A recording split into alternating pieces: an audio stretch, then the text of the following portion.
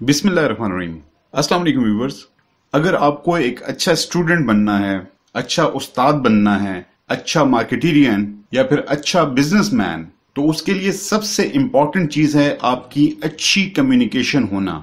अच्छी कम्युनिकेशन का हरगिज ये मतलब नहीं कि आपको अच्छी अंग्रेजी बोलना है, लेकिन इसका मतलब ये जरूर है कि जब आप किसी के साथ कम्युनिकेट कर रहे हो तो आप अपना मैसेज अक्रॉस द टेबल अच्छे तरीके से डिलीवर कर पाएं।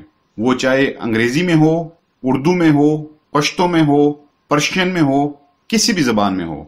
लेकिन क्योंकि हमारे चैनल का मेन फोकस डिजिटल मार्केटिंग पे है, तो इसीलिए इसी चीज को माइंड में रखते हुए आपके लिए एक कंप्लीट इंग्लिश ग्रामर का कोर्स प्लान किया है, ताकि जब आप अपने लोकल बिजनेस को इंटरनेशनल कम्युनिटी के सामने लेके जाएंगे तो आपको एटलीस्ट अंग्रेजी की बेसिक नॉलेज होनी चाहिए। हम इस कोर्स को निहायत ही बेसिक लेवल से स्टार्ट करते हुए आपको इंग्लिश ग्रामर आसान तरीके से सिखाएंगे, और आई एम श्योर कि इस कोर्स को आप अच्छे तरीके से देखने और समझने के बाद आप अंग्रेजी को समझ भी सकेंगे, लिख भी सकेंगे और बोल भी सकेंगे। मेरी आप लोगों से रिक्वेस्ट है कि इस कोर्स को आप अपने घर के बच्चों के साथ, बड़ों के साथ, इवन बुजुर्गों के साथ, उन तमाम हजरात के साथ शेयर करें जो इंग्लिश लर्न करना चाहते हैं।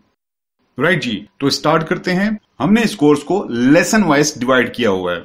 जैसे ही एक लेसन खत्म होगा, दूसरे ही लेसन की स्लाइड का कलर चेंज हो जाएगा, ताकि आप आसानी से step by step English grammar को सीख सकें। तो आइए स्टार्ट करते हैं लेसन नंबर 1।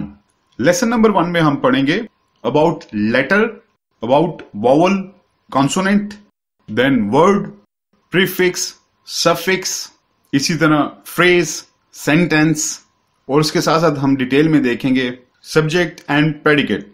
तो लिहाजा फर्स्ट लेसन में हम इन तमाम चीजों को कवर करने वाले हैं।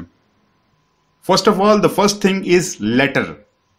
अगर आपसे कोई पूछे कि व्हाट इज अ लेटर या लेटर क्या है, एक लेटर के बारे में तो हम सब जानते हैं जिसे खत कहा जाता है, लेकिन apart from it all the alphabets from A to G, I mean A से लेके जेड तक जितने भी अल्फाबेट्स होते हैं उनको लेटर कहा जाता है। नेक्स्ट हमारे पास आते हैं वॉवल एंड कॉन्सोनेंट। तो लिहाजा कुछ मखसूस लेटर्स को डिस्टिंग्विश किया गया है, उनको डिवाइड किया गया है into vowels and consonants. For example A, E, I, O and U, इन तमाम लेटर्स को वॉवल्स कहा जाता है। And apart from these letters, बाकी जितने भी अल्फाबेट्स हैं या लेटर्स हैं उनको कॉन्सोनेंट्स कहते हैं।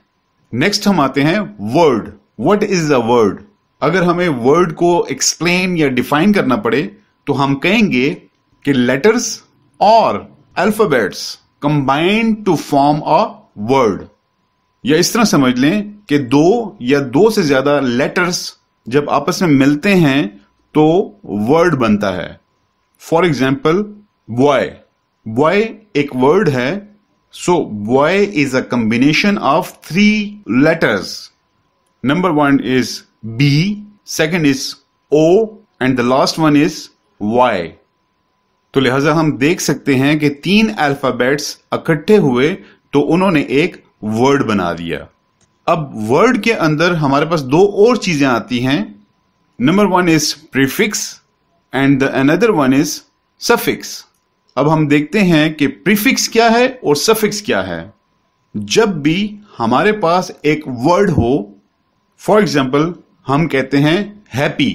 अब हैप्पी एक वर्ड है, और अगर इसके स्टार्ट में एक और वर्ड लगा दिया जाए जिसकी वजह से ये एक नया वर्ड बन जाए, तो उस सूरत में जो स्टार्टिंग में वर्ड लगाया जाता है उसे हम प्रीफिक्स बोलते हैं। फॉर एग्जाम्पल अगर मैं हैप्पी के स्टार्ट में UN लगा देता हूं तो ये अनहैप्पी बन जाएगा। तो अब ये हैप्पी से खुश से ना खुश बन गया, अनहैप्पी बन गया। तो लिहाजा वर्ड की इस किस्म को हम प्रीफिक्स कहेंगे। इसी तरह सफिक्स में हम किसी भी वर्ड के आखिर में एक और वर्ड लगा के हम एक नया वर्ड बना देते हैं। फॉर एग्जाम्पल अगेन हम हैप्पी ही को देखते हैं। अगर हम हैप्पी के एंड पे ILY लिख दें तो ये बन जाएगा हैप्पीली। तो लिहाजा ये एक नया वर्ड है। हैप्पी मीन खुश और हैप्पीली मीन खुशी से। तो लिहाजा ये जो पोर्शन है इस नए वर्ड का ILY, इसे हम सफिक्स कहेंगे। राइट जी, लेसन नंबर 1 के थर्ड पॉइंट पे हम आते हैं, जो कि है फ्रेज। अब अगर आपको डिफाइन करना हो कि phrase, like what is phrase, तो लिहाजा इसका आंसर निहायत ही आसान है। Phrase is basically a combination of words. इसमें लफ्जों को इकट्ठा किया जाता है और एक फ्रेज को तश्कील किया जाता है। बेसिकली फ्रेजेस मुख्तलिफ किस्म के होते हैं, लेकिन फ्रेज में एक मेन चीज जो आपके लिए जानना बहुत जरूरी है वो ये है कि फ्रेज में कभी भी पूरा मीनिंग या पूरा मैसेज कन्वे कभी भी नहीं किया जाता। मैं आपको एग्जाम्पल देता हूं, on the road, in the rain. These are the two examples of the phrase. अब आप देख सकते हैं कि इन दोनों में कॉम्बिनेशन ऑफ वर्ड्स है। ऑन भी एक वर्ड है, द भी एक वर्ड है, रोड भी एक वर्ड है, और इसी तरह इन द रेन, ये भी अलग अलग वर्ड्स हैं। लेकिन इन दोनों एग्जाम्पल्स में हमें कंप्लीट मैसेज नहीं मिल रहा। For example, on the road, सड़क पर। अब सड़क पर क्या है या रोड पर क्या है हमें नहीं पता, क्योंकि कंप्लीट मैसेज नहीं मिल रहा। इसी तरह इन द रेन, बारिश में, इस एग्जाम्पल में भी हमें कंप्लीट मैसेज नहीं मिल रहा। अब बारिश में क्या है, बारिश में कौन है, हमें कोई आइडिया नहीं है।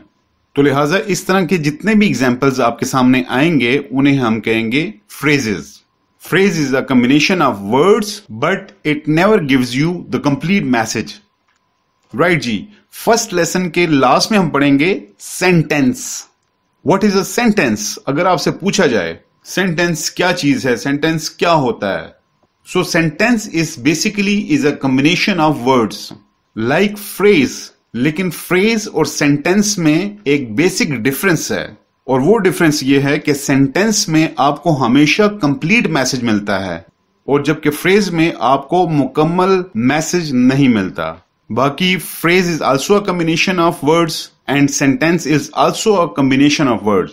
For example, the car is on the road, और सेकेंड एग्जाम्पल है the boy is in the rain.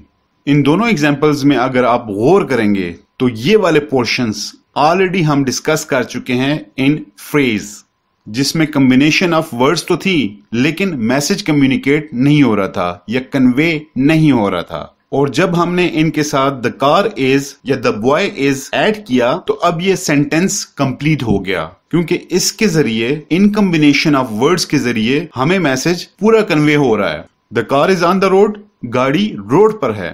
The boy is in the rain, लड़का जो है वो बारिश में है। तो लिहाजा मैसेज कंप्लीट आ गया। एक और चीज मैं आपको बताना चाहूंगा कि phrase can be a part of a sentence. जैसा कि आप देख सकते हैं कि वो एक जुमले का हिस्सा हो सकता है, लेकिन a sentence can never be a part of a phrase. हम इंशाल्लाह सेंटेंस को नेक्स्ट लेसन में इन डिटेल डिस्कस करेंगे, लेकिन मैं इतना बताता चलूं कि एक बेसिक सेंटेंस के अंदर दो तरह की चीजें होती हैं। एक को हम कहते हैं subject and the other one is known as predicate. अब हम ये डिस्कस करेंगे कि सब्जेक्ट और प्रेडिकेट क्या होते हैं। अगर कोई भी एक सेंटेंस लिखा जाए, फॉर एग्जाम्पल, अ फान इज प्लकिंग द फ्लावर, इस सेंटेंस में हमेशा दो हिस्से होंगे। इवन कोई भी सेंटेंस हो उसमें दो हिस्से होंगे, एक होगा सब्जेक्ट और दूसरा होगा प्रेडिकेट। अब यह समझना बहुत जरूरी है कि सब्जेक्ट और प्रेडिकेट होते क्या हैं। Subject is basically the actor, the performer, the doer. जो काम करने वाला है उसको हम कहेंगे सब्जेक्ट।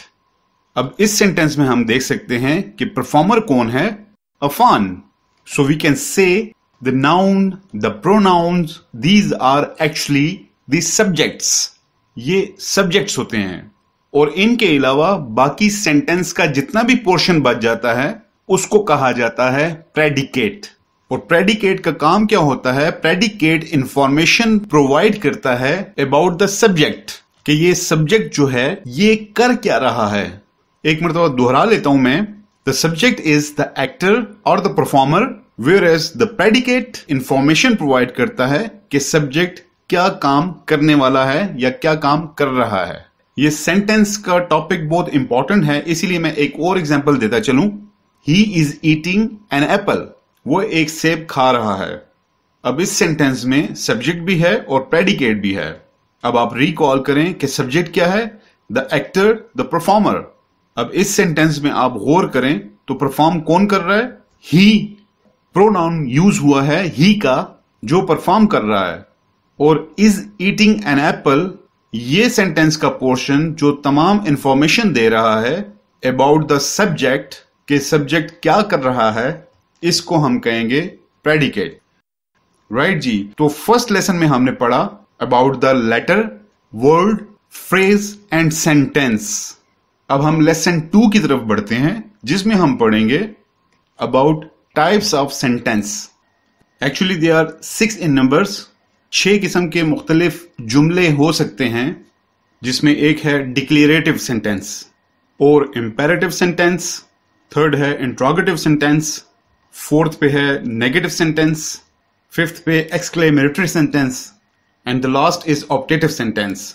अब हम 1 बाय 1 देखते हैं कि ये मुख्तलिफ किस्म के जुमले क्या होते हैं और कैसे होते हैं। First one is declarative sentence. Declarative, declaration या डिक्लेयर अपने नाम से जाहिर करता है कि कोई चीज बयान की जा रही है या कोई चीज बताई जाती है। तो इस तरह के तमाम सेंटेंसेस में कोई भी स्टेटमेंट की जाती है या कोई भी स्टेटमेंट दी जाती है, कोई भी बात की जाती है या कोई भी ओपिनियन दिया जाता है। सिंपल पॉजिटिव सेंटेंसेस जो होते हैं उनको हम कहते हैं declarative sentences. For example, I am going to Lahore. अब ये एक डिक्लेरेटिव सेंटेंस है क्योंकि इसमें एक स्टेटमेंट दी जा रही है, किसी चीज के बारे में बताया जा रहा है। For example, I am buying a car. Now again I am making a statement. तो लिहाजा इस तरह के तमाम पॉजिटिव जुमलों को हम कहेंगे कि ये डिक्लेरेटिव सेंटेंसेस हैं। सेकंड नंबर पे हमारे पास आता है इंपेरेटिव सेंटेंस। इंपेरेटिव सेंटेंस एक ऐसा जुमला होता है जिसमें कोई भी कमांड, रिक्वेस्ट या इंस्ट्रक्शन दी जाती है। तो ऐसे तमाम जुमलों को हम कहते हैं इंपेरेटिव सेंटेंसेस। मेरे कहने का मतलब है कि एक ऐसा जुमला जिसमें कोई हुक्म दिया जाए या हिदायत दी जाए या नसीहत की जाए। फॉर एग्जाम्पल, हम स्कूल को ले लेते हैं। स्कूल में टीचर्स अपने स्टूडेंट्स को जितनी भी बातें करते हैं, for example, please sit down, take your seat या move to the other class, ये तमाम जुमले क्योंकि इंस्ट्रक्शंस हैं, इनको हम इंपेरेटिव सेंटेंसेस कहेंगे। थर्ड में आता है इंट्रोगेटिव सेंटेंस। आपने सुना होगा इंटेरोगेशन, जो कि पूछताछ के लिए यूज किया जाता है। पूछताछ से मुराद यह है कि इसमें सवाल किए जाते हैं। तो लिहाजा इंट्रोगेटिव सेंटेंसेस वो जुमले होते हैं जिनमें सवाल किया जाता है। For example, what are you doing, where are you going and what are you eating, what are you wearing.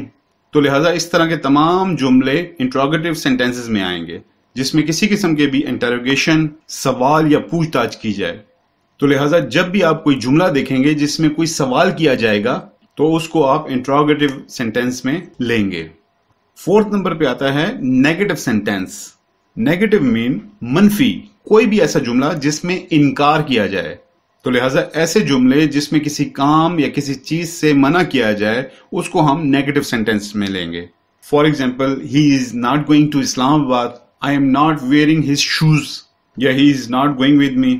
तो लिहाजा आप देख रहे हैं कि इन तमाम जुमलों में नॉट का इस्तेमाल या किसी बात का इनकार किया जा रहा है।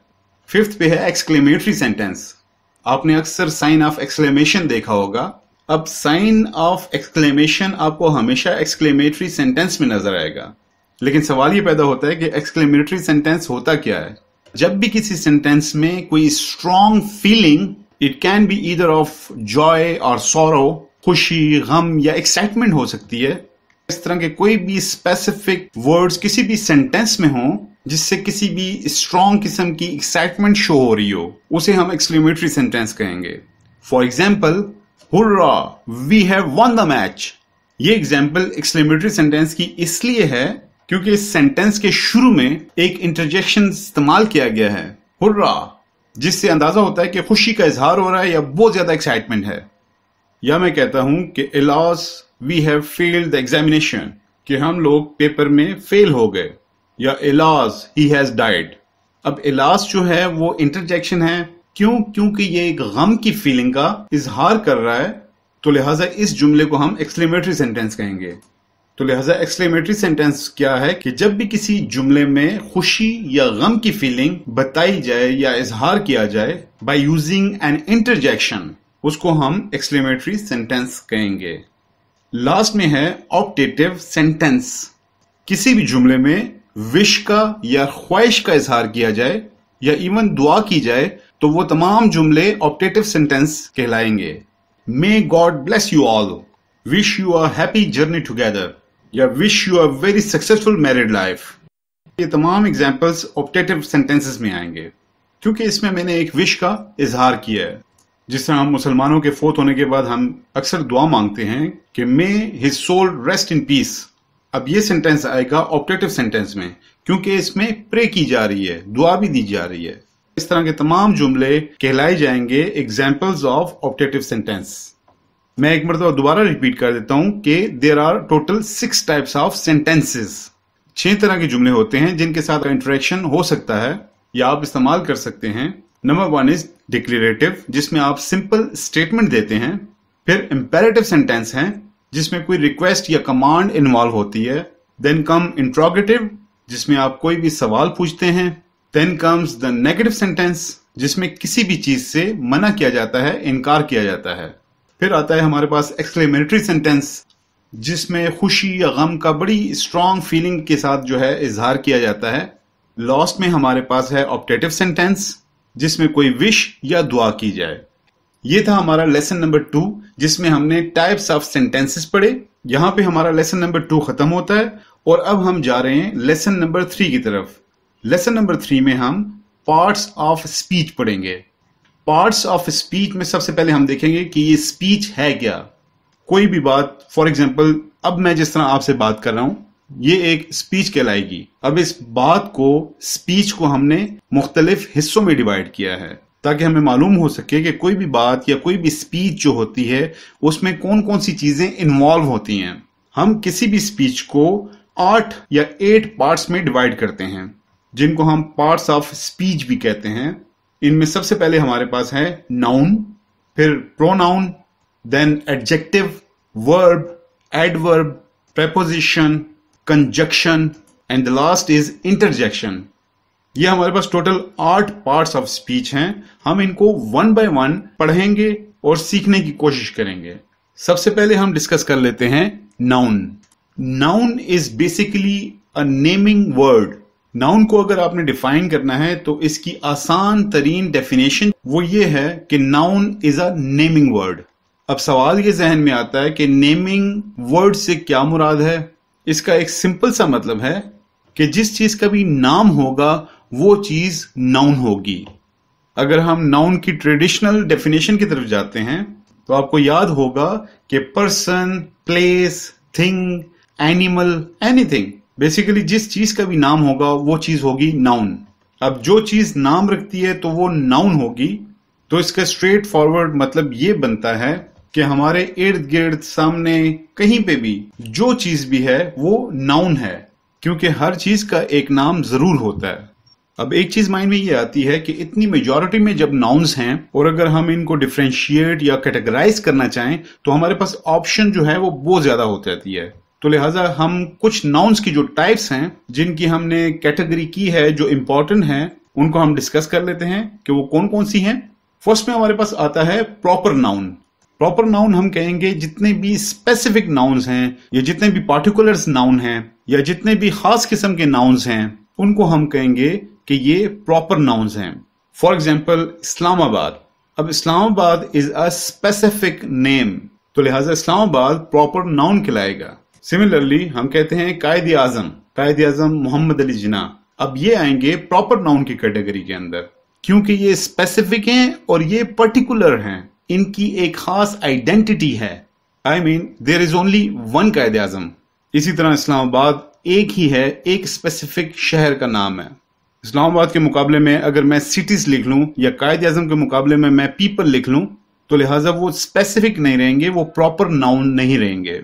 लेकिन क्योंकि मैंने स्पेसिफिकली नेम्स लिखे हैं तो इनकी स्पेसिफिक पहचान है, इस वजह से ये प्रॉपर नाउन में आएंगे। तो basically all the specific places, persons, things और प्रॉपर नाउन। अब हम डिस्कस करते हैं कॉमन नाउन।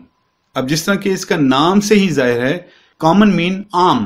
जितने भी ऑर्डिनरी नाउन्स हैं जिनके बारे में कोई खास बात ना हो या कोई खास चीज ना हो, स्पेसिफिक ना हो, उनको हम कहेंगे common nouns. Let's say city और कंट्री, इसी तरह man, book. Now these are all the examples of common noun. क्योंकि मैंने लिखा city, now there are so many cities in the world, तो लिहाजा इसमें कोई खास बात नहीं है, मैं किसी तरीके से इसको स्पेसिफाई नहीं कर सकता।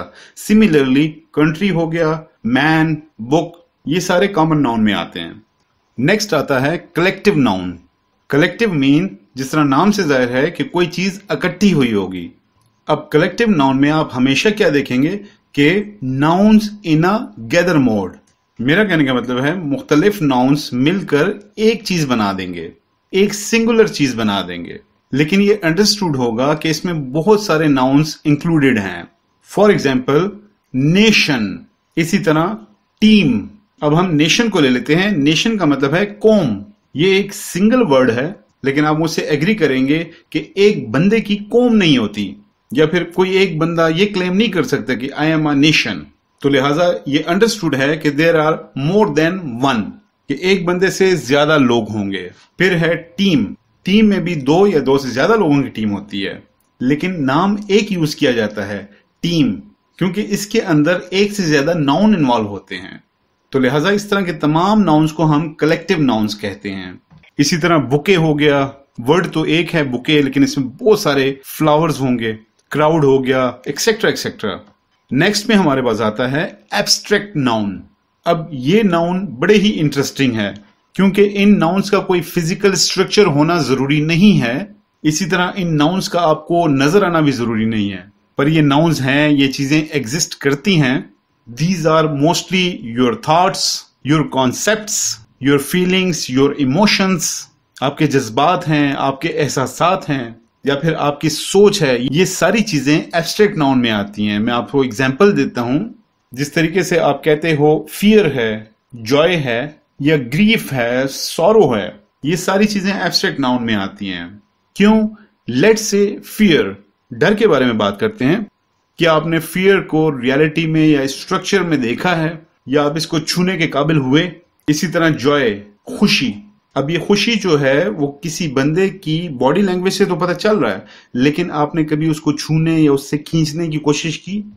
या इसी तरह एक खुशबू है, आप स्मेल तो कर सकते हैं, लेकिन इन रियलिटी क्या आप खुशबू को देख सकते हैं? नहीं देख सकते, लेकिन ये सारी चीजें एग्जिस्ट तो करती हैं। इसी तरह किसी भी पर्सन की कोई भी क्वालिटी हो सकती है। कोई बंदा ब्रेव हो सकता है, या कोई बंदा ऑनेस्ट हो सकता है, या बहुत सारे लोग ऑनेस्ट होते हैं। इन सारी चीजों का कोई फिजिकल स्ट्रक्चर नहीं होता। इन फीलिंग्स को, इन एहसासात को एब्स्ट्रैक्ट नाउन्स कहते हैं। इसके बाद आता है मटेरियल नाउन। अब अगेन नाम खुद बता रहा है कि ये किस किस्म की चीज होगी। आई मीन कोई भी मटेरियल हो सकता है, कोई भी ठोस चीज हो सकती है। Let's say gold, silver, wood, iron, extra extra. तो लिहाजा वो तमाम चीजें जिनका एक फिजिकल स्ट्रक्चर जो ठोस हालत में पाई जाती हैं, उनको हम मटेरियल नाउन कहेंगे। इसके बाद हम जिस नाउन के बारे में बात करेंगे वो है countable noun. Countable noun means ऐसे तमाम नाउन जिनको आप गिन सकें।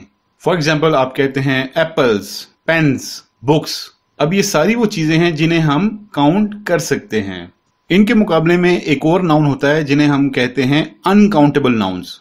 अनकाउंटेबल नाउन्स को काउंट करना इम्पॉसिबल है, चाहे वो थोड़े हों या ज्यादा हों।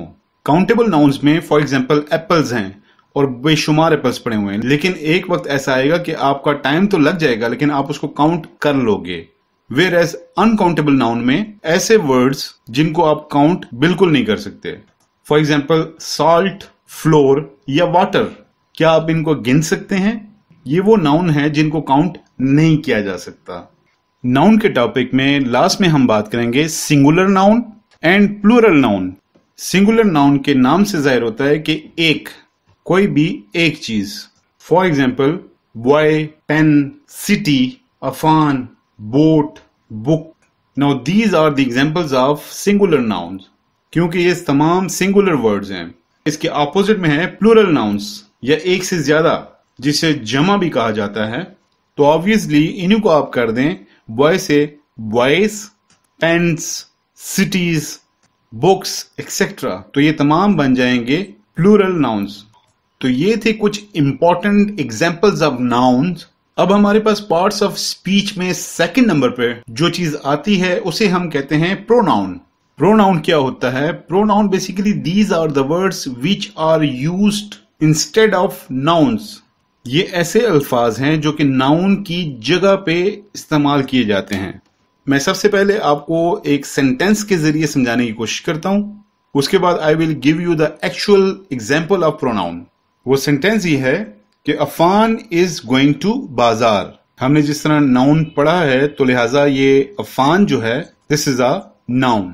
अब इसी सेंटेंस को अगर मैं इस तरह लिखता हूं कि ही इज गोइंग टू बाजार, अब आपने देखा कि अफान की जगह किसने ले ली? ही ने।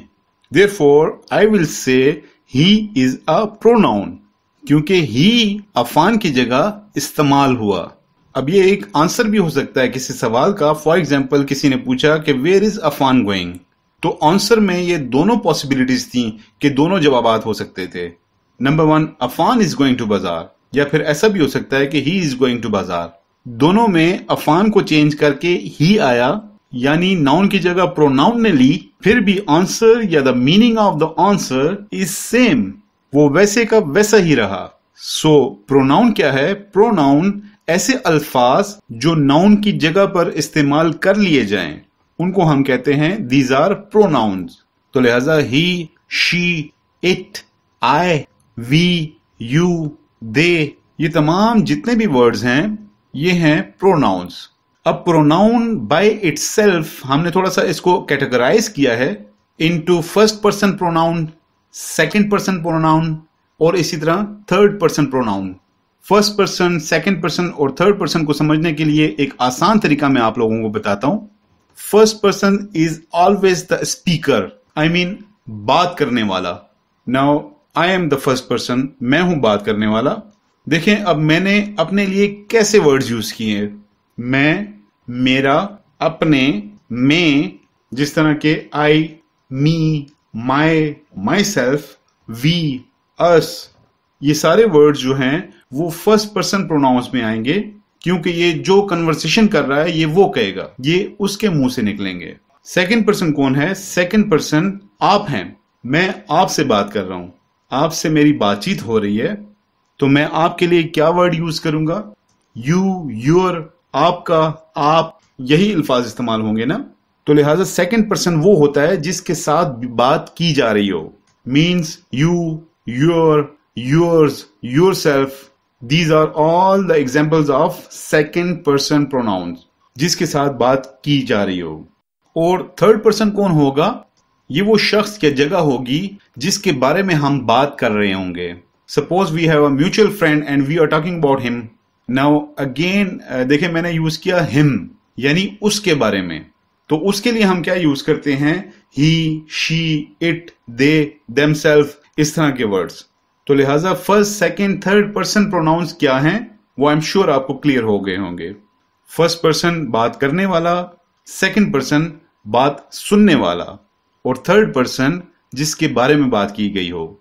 आगे हम पढ़ते हैं एडजेक्टिव्स।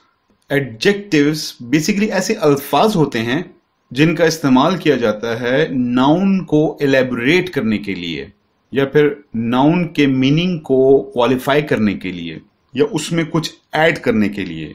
एक एग्जाम्पल की मदद से समझने की कोशिश करते हैं। एक सेंटेंस लिखते हैं, दिस इज अ कार, ये एक गाड़ी है। अब आपको मालूम हो चुका है कि इस सेंटेंस में कार एक नाउन है। अब इसी जुमले को मैं इस तरह लिखता हूं कि this is a beautiful car. अब जिस तरह की कार एक नाउन है, अब इस कार से पहले एक नया वर्ड मैंने यूज किया, ब्यूटीफुल। अब ब्यूटीफुल एक एडजेक्टिव है क्योंकि इसने इलेबोरेट किया कार को। पहले आप बता रहे थे कि ये एक गाड़ी है, अब आप बता रहे हैं कि ये एक खूबसूरत गाड़ी है। तो लिहाजा इस ब्यूटीफुल ने कुछ ऐड किया इस नाउन के मीनिंग में। तो लिहाजा एडजेक्टिव्स वो वर्ड्स होते हैं जो कि नाउन को ज्यादा अच्छे अंदाज में बताने के लिए हेल्पफुल होते हैं। अब अगर हम एडजेक्टिव्स को ज्यादा डिटेल में देखते हैं तो एडजेक्टिव्स की बेसिकली 3 किस्म की डिग्रीज होती हैं। Number 1 is positive, second is comparative and the last one is superlative. ये 3 डिग्रीज इस्तेमाल की जाती हैं। अब पॉजिटिव डिग्री जिसमें हम बिग को इस्तेमाल कर सकते हैं। Second is comparative. अब कंपैरेटिव नाम से जाहिर है कि आपने किसी चीज का कंपैरिजन करना है, तो आप इस डिग्री का इस्तेमाल करेंगे। अब बिग की कंपैरेटिव डिग्री क्या होगी? बिगर। ये डिग्री उस वक्त यूज होती है कि जब आप 2 चीजों में कंपैरिजन कर रहे होते हैं। For example, this box is bigger than that box. अब इसमें आप क्या कर रहे हैं कि 2 बॉक्सेस हैं और उनको आप कंपेयर कर रहे हैं, लेकिन स्टिल ये एडजेक्टिव ही है। थर्ड में है सुपरलेटिव। सुपरलेटिव नाम से ही जाहिर है कि सबसे बड़ा या सबसे खास। अब बिग की सुपरलेटिव डिग्री जो होगी वो होगी बिगेस्ट। एडजेक्टिव्स में सुपरलेटिव डिग्री आप तब यूज करते हैं जब विनर अनाउंस करना होता है। अब इनकी एग्जांपल्स को इस तरह देख लेते हैं कि जो पॉजिटिव एडजेक्टिव था उसमें आपने कहा this is a big box, और जब हम कंपैरेटिव डिग्री को यूज करते हैं तो उसमें हम ये कहते हैं कि black box is bigger than white box. और एट द सेम टाइम जब आपको एक ब्राउन कलर का बॉक्स नजर आता है जिसको आपने विनर डिक्लेयर करना है, तो वहां पे आप सुपरलेटिव डिग्री को यूज करते हुए आप ये कहते हैं कि brown box is biggest one from white and black box. Right जी। तो एडजेक्टिव को हम थोड़ा सा रिपीट करते हैं ताकि आपको और ज्यादा अच्छे तरीके से समझ आ जाए। एडजेक्टिव्स ऐसे अल्फाज होते हैं जिनको हम नाउन्स के साथ ऐड करते हैं ताकि नाउन के मीनिंग को एलेबोरेट किया जा सके और वाजे किया जा सके, नाउन के बारे में कुछ बताया जा सके। और इसकी 3 डिग्रीज होती हैं, पॉजिटिव, कंपैरेटिव और सुपरलेटिव। अब हम मूव करते हैं वर्ब की तरफ। वर्ब क्या है? Verb is basically an action word. कोई भी वर्ड जो एक्शन शो करे, किसी भी काम का करना, होना या सहना, वो वर्ब कहलाता है। A word which shows any kind of action. For example, walking, talking, watching, listening, या थिंकिंग, सिटिंग, क्रीपिंग, क्राइंग या laughing, these are all different types of verbs.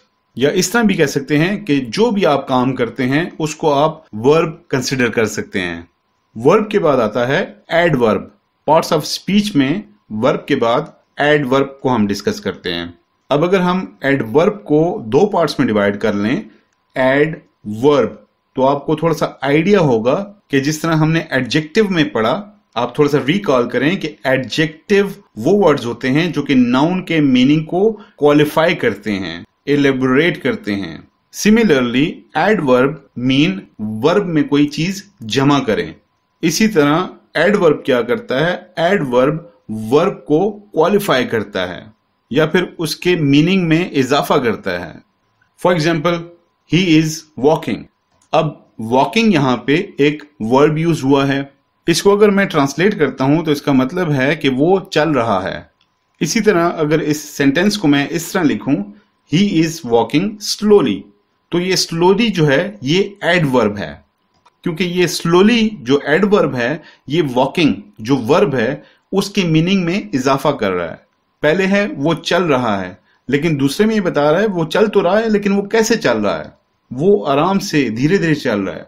तो ऐसे तमाम अल्फाज देखें, यहाँ पे फास्टली भी हो सकता था, लेजीली भी हो सकता था, ब्रेवली भी हो सकता था। There are so many words जो कि इस्तेमाल हो सकते थे एज एन एडवर्ब्स। तो लिहाजा एडवर्ब्स वो वर्ड्स होते हैं जो कि वर्ब के मीनिंग में इजाफा करें, वो कहलाते हैं एडवर्ब। नेक्स्ट है प्रेपोजिशन। प्रेपोजिशंस ऐसे अल्फाज होते हैं जो कि इस्तेमाल किए जाते हैं नाउन्स और प्रोनाउंस के दरमियान में, ताकि नाउन और प्रोनाउंस का ताल्लुक, रिलेशन शो किया जा सके।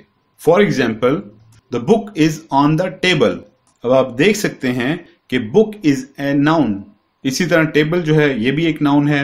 अब इन दोनों नाउन्स के दरमियान रिलेशन कौन शो कर रहा है? वो है ऑन।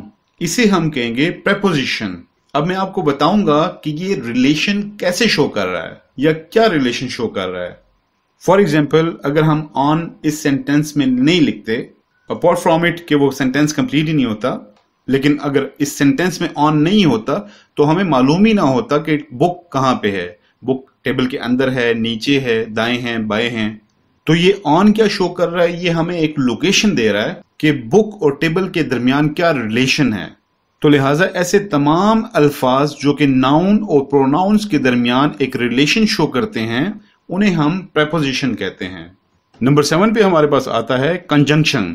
कंजंक्शन को ज्वाइनिंग वर्ड्स के नाम से भी जाना जाता है। इनका काम क्या होता है कि these are the words which are used to join sentences, phrases और वर्ड्स टुगेदर। ये दो जुमले, फ्रेज या इवन वर्ड्स को भी आपस में जोड़ने के लिए इस्तेमाल किए जाते हैं। इसी वजह से इनको ज्वाइनिंग वर्ड्स भी कहा जाता है। कंजंक्शन को एक सेंटेंस के जरिए समझने की कोशिश करते हैं। For example, I am going to bazaar but I will be back soon. तो लिहाजा इस पूरे सेंटेंस में हम पहला जुमला अगर हम कंसिडर करें, आई एम गोइंग टू बाजार एज सेंटेंस 1 और सेंटेंस 2 हम कंसिडर करते हैं आई विल बी बैक सून। अब आप देख रहे हैं कि आई एम गोइंग टू बाजार, this is the complete sentence and the second one is I will be back सून। ये दोनों कंप्लीट जुमले हैं। अब इन दोनों को एक वर्ड आपस में जोड़ रहा है बट, तो लिहाजा इस वर्ड को हम कहेंगे ये कंजंक्शन है। तो लिहाजा कंजंक्शन हम किसे कहते हैं? कंजंक्शन वो वर्ड होता है कि दो वर्ड्स या दो जुमलों को आपस में जोड़ने के लिए इस्तेमाल किए जाते हैं। अब बहुत सारे कंजंक्शन वर्ड्स हैं, बट है, बिकॉज है, ऑफ है, बिफोर है, आफ्टर है, वगैरह वगैरह। इसमें एक और चीज भी माइंड में रखिएगा कि बहुत सारे प्रेपोजिशंस जो होते हैं वो भी एज कंजंक्शन यूज हो सकते हैं। लेसन नंबर 3 यानी कि पार्ट्स ऑफ स्पीच के जो लास्ट में आता है, number 8 last but not the least, interjection. Interjection ऐसे तमाम अल्फाज को कहते हैं जो हमारी सडन इमोशंस को या फिर फीलिंग्स को शो करते हैं। These are the words which are used to show our sudden emotions or feelings. एक ही लफ्ज के इस्तेमाल से हमारी जो फीलिंग है उसका इजहार हो सकता है। फॉर एग्जाम्पल, अलास, ये एक इंटरजेक्शन है। हुर्रा, अलास बेसिकली गम के लिए इस्तेमाल होता है और हुर्रा जो है वो खुशी के वक्त इस्तेमाल होता है। Even ouch is also an interjection, ये भी इंटरजेक्शन के तौर पे इस्तेमाल होता है क्योंकि ये भी आपकी सडन फीलिंग्स को बताता है। राइट जी, इसके साथ ही हमारा लेसन नंबर 3 कंप्लीट होता है जिसमें हमने सीखा noun, pronoun, adjective, verb, adverb, preposition, conjunction और लास्ट में इंटरजेक्शन। अब हम बढ़ते हैं अपने लेसन नंबर 4 की तरफ जिसमें हम पढ़ेंगे टेंसेस के बारे में। टेंसेस बेसिकली ग्रामर में निहायत ही अहम चीज हैं। टेंसेस कहते किसे हैं? टेंसेस बेसिकली कहते हैं जमानों को। टेंस मीन जमाना। अब जमाना या वक्त ये कितनी किस्म का हो सकता है? ये बेसिकली 3 किस्म का होता है। एक जो गुजर चुका जिसे हम माजी कहते हैं उसको पास्ट टेंस कहा जाता है, और दूसरा जो अभी है हाल उसे हम प्रेजेंट टेंस कहते हैं, और तीसरा वो जो आने वाला है मुस्तकबिल जिसे हम फ्यूचर टेंस कहते हैं। अब इन तमाम टेंसेस को फर्दर 4 और टेंसेस में डिवाइड किया गया है जो कि इंडेफिनिट टेंस है, कॉन्टिन्यूअस टेंस है, परफेक्ट टेंस है और परफेक्ट कॉन्टिन्यूअस टेंस है। तो हम इन सारों के साथ 1 बाय 1 इन टेंसेस को डिस्कस करेंगे। मिसाल के तौर पे प्रेजेंट टेंस को हम इंडेफिनिट टेंस के साथ, कॉन्टिन्यूअस के साथ, परफेक्ट टेंस और परफेक्ट कॉन्टिन्यूअस टेंस के साथ डिस्कस करेंगे। इन तमाम टेंसेस को हम 1 बाय 1 इन डिटेल इसलिए भी डिस्कस करेंगे ताकि जिस वक्त आप एक टेंस को ट्रांसलेट करना चाहें तो आपको मालूम होना चाहिए कि मैं इस टेंस को किस तरीके के साथ ट्रांसलेट कर सकता हूं, और आपको यह भी मालूम हो कि इनमें कौन से हेल्पिंग वर्ब इस्तेमाल होते हैं और इनमें कौन से डूज एंड डोंट्स हैं, या फिर कौन से हेल्पिंग वर्ब्स किन प्रेपोजिशंस के साथ लगते हैं। तो ये सारी चीजें हम इन डिटेल डिस्कस करेंगे। पहला टेंस जो हम डिटेल में डिस्कस करेंगे वो है प्रेजेंट इंडेफिनिट टेंस। इसमें हम देखेंगे कि प्रेजेंट इंडेफिनिट टेंस होता क्या है, इसको ट्रांसलेट कैसे किया जाता है और इसमें कौन कौन से रूल्स हमने फॉलो करने होते हैं।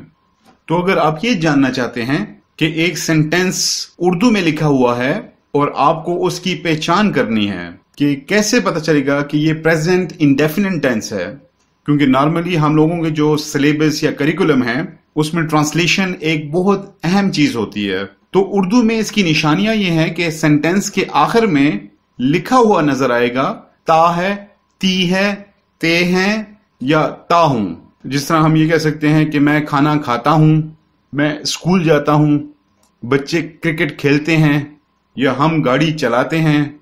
इस तरह के तमाम जुमले प्रेजेंट इंडेफिनिट टेंस की कैटेगरी में आते हैं।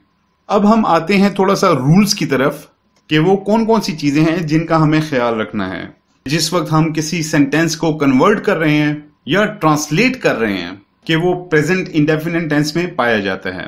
तो अगर मैं रूल्स की बात करूं तो इसमें हमेशा हमारे पास पहला रूल ये आएगा कि इसमें हमेशा वर्ब की फर्स्ट फॉर्म यूज होगी।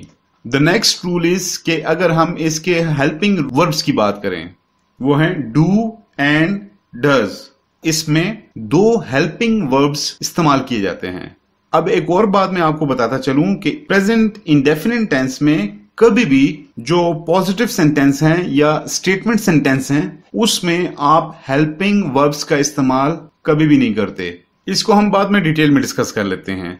इसके अलावा एक और चीज मैं आपको बताता चलूं वो ये है कि प्रेजेंट इंडेफिनिट टेंस में आप वर्ब के बाद एस या ईएस का इजाफा करते हैं। फॉर एग्जाम्पल आपके सेंटेंस में अगर वॉक है तो आप वॉक्स करेंगे, अगर ईट है तो ईट्स करेंगे, सिंग है तो सिंग्स करेंगे, ड्रिंक है तो ड्रिंक्स करेंगे। लेकिन इसकी एक शर्त है, वो ये है कि the sentence has to be positive. Sentence का पॉजिटिव होना बहुत जरूरी है और उसके अलावा ही, शी, इट और सिंगुलर नाउन्स।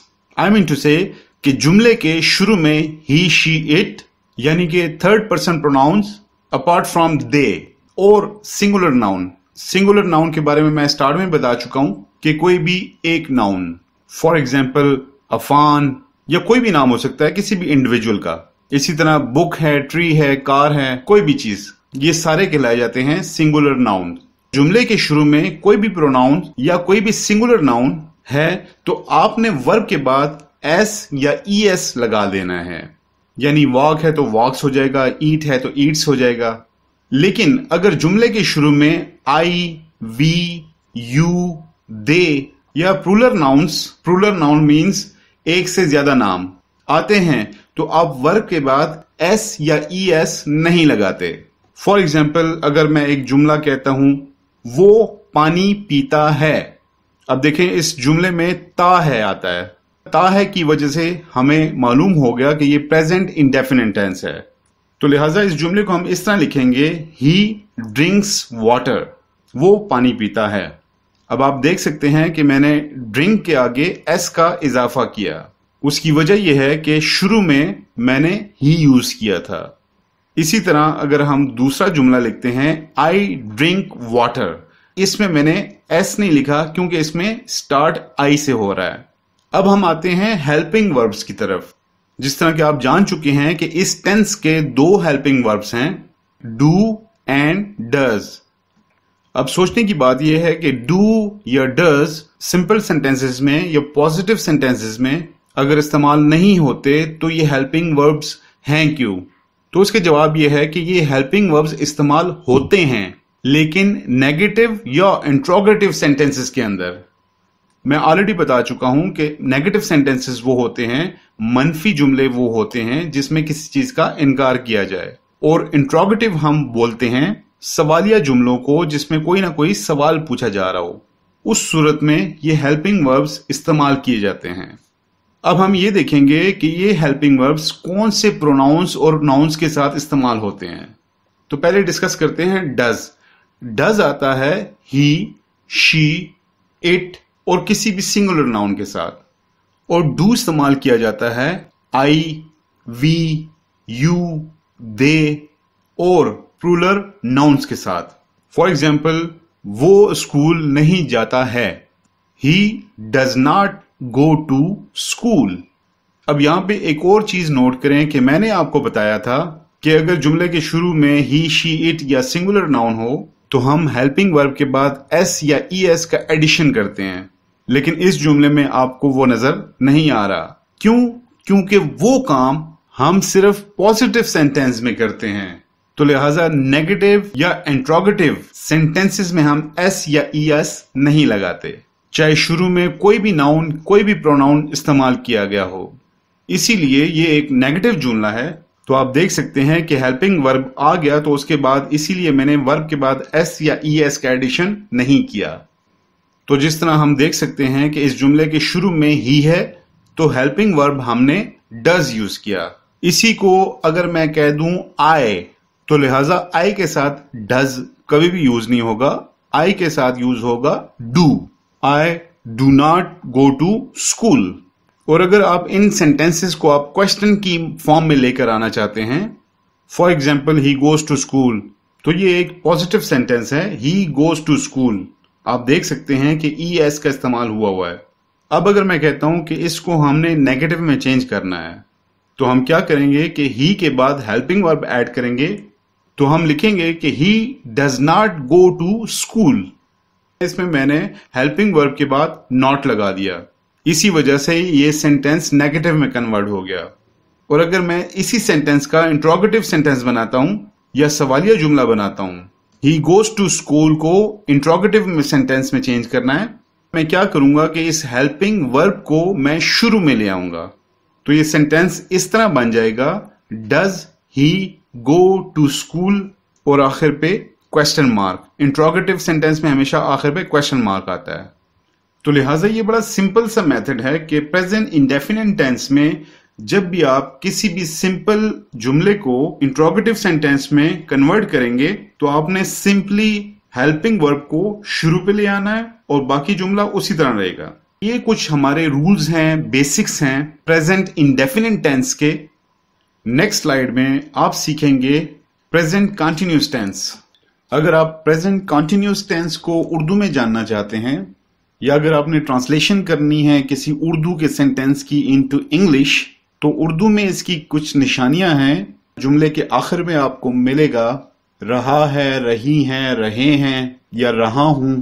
ये सेंटेंस के आखिर पे होंगे, जैसे मैं खाना खा रहा हूं, हम स्कूल जा रहे हैं, बच्चे क्रिकेट खेल रहे हैं, मुख्तलिफ किस्म के जुमले।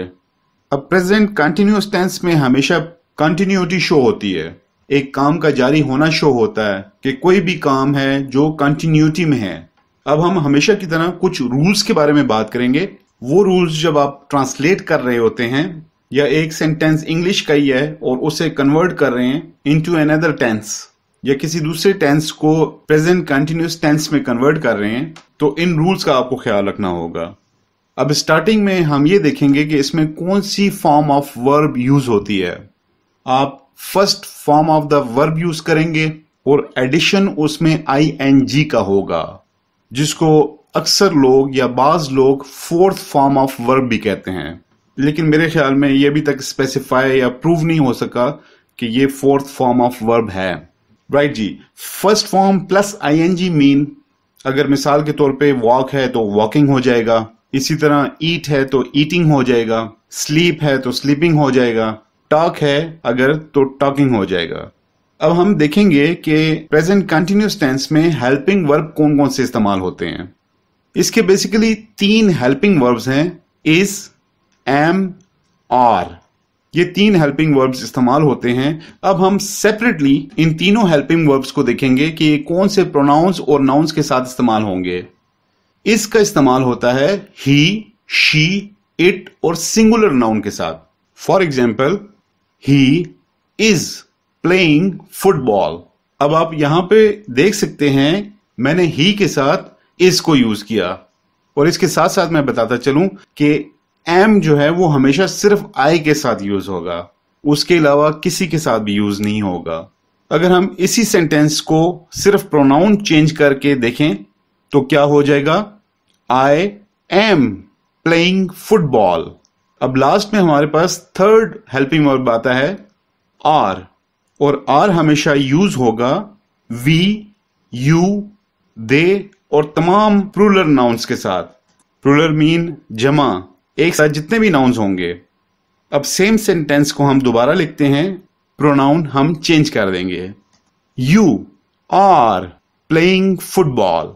और अगर आप नेगेटिव सेंटेंस की बात करें तो जिस वक्त आप इन सेंटेंसेस को या इस सेंटेंस को नेगेटिव में कन्वर्ट करेंगे तो आप इन्हीं हेल्पिंग वर्ब्स के बाद नॉट का इस्तेमाल कर लेंगे।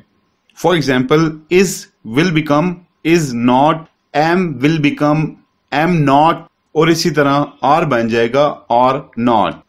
जिस तरह अगर हम ही इज प्लेइंग फुटबॉल को नेगेटिव में कन्वर्ट करेंगे तो ये बन जाएगा he is not playing football. दूसरे हेल्पिंग वर्ड्स को भी देख लेते हैं, जिस तरह I am not playing football. Third में है you are not playing football. आपने देखा कि नेगेटिव जुमला बनाने के लिए हमने सिर्फ हेल्पिंग वर्ब के बाद नॉट का एडिशन किया, तो इज बन गया इज नॉट, एम बन गया एम नॉट, और इसी तरह आर बन गया आर नॉट। और अगर हम इन्हीं सेंटेंसेस को इंट्रोगेटिव सेंटेंसेस में कन्वर्ट करते हैं, जो सवालिया जुमले हैं उनमें कन्वर्ट करते हैं। इंट्रोगेटिव सेंटेंस में कन्वर्ट करने का तरीका बहुत ही सिंपल है। इसमें जो हेल्पिंग वर्ब है उसको जुमले के स्टार्ट में लिख दिया जाता है। फॉर एग्जाम्पल, हमारा जो जुमला था ही इज प्लेइंग फुटबॉल, और अगर इस जुमले को हमने इंट्रोगेटिव सेंटेंस में कन्वर्ट करना है तो आपने सिंपली क्या करना है कि जो इज है, जो हेल्पिंग वर्ब है, इसको जुमले के शुरू में लिख देना है। तो ये क्या हो जाएगा, इज ही प्लेइंग फुटबॉल। इसी तरह हम दूसरों को भी चेंज करके देख लेते हैं। आई एम प्लेइंग फुटबॉल, तो इंट्रोगेटिव में हो जाएगा एम आई प्लेइंग फुटबॉल। इसी तरह तीसरा हेल्पिंग वर्ब का जो सेंटेंस था यू आर प्लेइंग फुटबॉल, तो उसका इंट्रोगेटिव बनेगा are you playing football. I am sure कि आपको प्रेजेंट कंटिन्यूअस टेंस की बहुत अच्छे तरीके से समझ आ गई होगी, और मुझे मालूम है कि इस एक्सरसाइज के बाद आप आसानी के साथ प्रेजेंट कंटिन्यूअस टेंस को जान सकेंगे, लिख भी सकेंगे, बोल भी सकेंगे, और उसके साथ साथ ग्रामर को एंजॉय भी करेंगे। नेक्स्ट स्लाइड में हम पढ़ेंगे present perfect tense. Present perfect tense में हम इसकी पहचान देखेंगे, इसी तरह हम इसके रूल्स के बारे में पढ़ेंगे। प्रेजेंट परफेक्ट टेंस बेसिकली किसी भी काम के या किसी भी चीज की कंप्लीशन को शो करता है कि ये चीज खत्म हो चुकी है या ये काम खत्म हो चुका है। और अगर आप उर्दू में इसको जानना चाहते हैं तो उसकी एक आसान सी निशानी है कि उर्दू के जुमलों में आखिर में आपको मिलेगा चुका है, चुकी है, चुके हैं, चुका हूं, या फिर लिया है, लिए हैं। बेसिकली किसी काम के मुकम्मल होने को शो किया जा रहा है। फॉर एग्जाम्पल, जिस तरह मैं खाना खा चुका हूं या मैंने खाना खा लिया है, हम स्कूल जा चुके हैं या वो खेल चुके हैं, तो किसी भी जुमले में कंप्लीशन शो होना लाजमी है। अब हम आते हैं रूल्स की तरफ। सबसे पहले हम फॉर्म ऑफ द वर्ब की बात करेंगे, तो इसमें हमेशा third form of the verb use होगी। फॉर एग्जाम्पल, ईट है तो ईटन हो जाएगा, स्लीप है तो स्लेप्ट हो जाएगा, इसी तरह वॉक है तो वॉक्ड हो जाएगा। Means third form of the verb इस्तेमाल होगी। फिर आते हैं इसके हेल्पिंग वर्ब्स। हेल्पिंग वर्ब्स इसके दो हैं, एक है हैज और दूसरा है हैव। अब हम देखेंगे कि हैज कौन से प्रोनाउंस और नाउन्स के साथ इस्तेमाल होगा। हैज हमेशा ही, शी, इट या कोई भी सिंगुलर नाउन के साथ इस्तेमाल होगा, और दूसरा हेल्पिंग वर्ब जो हैव है वो हमेशा इस्तेमाल होगा आई, वी, यू, दे या फिर प्लूरल नाउन्स के साथ। अब हम कुछ एग्जाम्पल्स देख लेते हैं। एग्जाम्पल है ही हैज। अब आप देख सकते हैं कि हैज जो कि हेल्पिंग वर्ब है, ही जैसे ही आया तो उसके साथ हैज आएगा। He has plucked the flower, वो फूल तोड़ चुका है या उसने फूल तोड़ लिया है। इसी तरह अगर हम प्रोनाउंस एज आई यूज करते हैं तो आई के साथ आएगा have, I have plucked the flower. और अगर इसी तरह वी से स्टार्ट करते हैं तो वी के साथ अगेन यूज होगा have, we have plucked the flowers. और इसी तरह इन केस अगर शी आ जाता है जुमले के शुरू में तो आएगा has, she has plucked the flower. तो जैसा कि आप देख रहे हैं कि जैसे ही प्रोनाउंस या नाउन्स चेंज हो गए तो उसके साथ ही जो एप्रोप्रिएट हेल्पिंग वर्ब होगा वो भी चेंज होगा। और आपने गौर किया होगा कि फॉर्म ऑफ द वर्ब जो है वो हमेशा थर्ड ही यूज होगी। एक बात हमेशा याद रखिएगा कि जितने भी सिंपल परफेक्ट टेंसेस हैं तो उनमें हमेशा third form of the verb he use होगी। अब हम देखेंगे कि प्रेजेंट परफेक्ट टेंस के नेगेटिव सेंटेंसेस बनाते वक्त हमें क्या करना होगा। तो अगेन आप बहुत आसानी के साथ इन्हीं जुमलों को नेगेटिव सेंटेंसेस में कन्वर्ट कर देंगे। अगर हम उसी सेंटेंस को लें, for example he has plucked the flower, तो नेगेटिव सेंटेंस बनाते हुए आपने सिंपली हेल्पिंग वर्ब के बाद नॉट का इजाफा करना होगा। तो ये बन जाएगा he has not plucked the flower, या मैं कह लेता हूं आई have not plucked the flower. अब लास्ट में हम देखेंगे कि अगर इन्हीं सेंटेंसेस को इंट्रोगेटिव सेंटेंसेस में कन्वर्ट करेंगे तो हमें क्या करना होगा। तो गाइज, इंट्रोगेटिव में बहुत ही आसान काम है कि आप हेल्पिंग वर्ब को सेंटेंस के शुरू में ले आते हैं, तो वो इंट्रोगेटिव सेंटेंस बन जाता है। अब जिस तरह सिंपल सेंटेंस है कि he has plucked the flower, कि वो फूल तोड़ चुका है, इसी तरह अगर मैं दूसरा हेल्पिंग वर्ब भी यूज करूं तो जो हमारे पास सेंटेंस था I have plucked the flower, और अगर आपको कोई कहता है कि इन सेंटेंसेस को इंट्रोगेटिव में कन्वर्ट करें, इन हेल्पिंग वर्ब्स को आप स्टार्ट में ले आएं, तो ये इजीली इंट्रोगेटिव में कन्वर्ट हो जाएंगे। For example, has he plucked the flower, और इसी तरह have I plucked the flower. Next slide में हम पढ़ेंगे present perfect continuous tense. Present perfect continuous tense की उर्दू में अगर आपको निशानी जाननी है तो सेंटेंस के आखिर में हमेशा आपको मिलेगा ता रहा है, ती रही हैं, ते रहे हैं, या फिर ता रहा हूं। मिसाल के तौर पे वो सुबह से खेलता रहा है। इसी तरह हम पिछले 5 साल से इस्लामाबाद में रहते रहे हैं, वो बचपन से पढ़ाई करता रहा है, इस तरह के जुमले। और इसके अलावा in addition to that there will be another thing. वो चीज क्या है कि टाइम इंडिकेशन जरूर होगा। टाइम इंडिकेशन मीन कि टाइम का जिक्र होगा, वक्त का जरूर जिक्र होगा। अब हम आते हैं रूल्स की तरफ। तो सबसे पहले इसमें first form of the verb और प्लस आईएनजी यूज होती है। मिसाल के तौर पे वॉक जो है वॉकिंग हो जाएगा, टॉक टॉकिंग हो जाएगा, ईट ईटिंग हो जाएगा, स्लीप स्लीपिंग हो जाएगा, इसी तरह राइट राइटिंग हो जाएगा, और रीड रीडिंग हो जाएगा। एक चीज माइंड में रखिएगा कि जब भी कंटिन्यूअस आ जाए, जिस टेंस में भी आ जाए, चाहे वो प्रेजेंट हो, पास्ट हो या फ्यूचर हो, तो उसमें आप यही फॉर्म यूज करते हैं। I mean simple continuous tenses और परफेक्ट कंटिन्यूअस टेंसेस में, चाहे वो जिस टेंस के भी हों, उसमें आपने हमेशा first form of the verb और प्लस आईएनजी का इस्तेमाल करना होगा। ओके जी, आगे बढ़ते हैं। अब हम आते हैं हेल्पिंग वर्ब्स की तरफ। हेल्पिंग वर्ब्स इसके 2 हैं, हैज बीन और हैव बीन। सबसे पहले हैज बीन को देख लेते हैं कि कौन कौन से प्रोनाउंस और नाउन्स के साथ हैज बीन को इस्तेमाल किया जाता है। सो हैज बीन यूज होता है ही, शी, इट और सिंगुलर नाउन्स के साथ। इसी तरह हैव बीन यूज होगा आई, वी, यू, दे या फिर प्लूरल नाउन्स के साथ। अब हम आते हैं जो सबसे इंपॉर्टेंट चीज है इस सेंटेंस में, वो है time indication. Basically time indication जो है, इसमें कुछ मखसूस 2 प्रेपोजिशंस हैं जो कि टाइम को इंडिकेट करती हैं।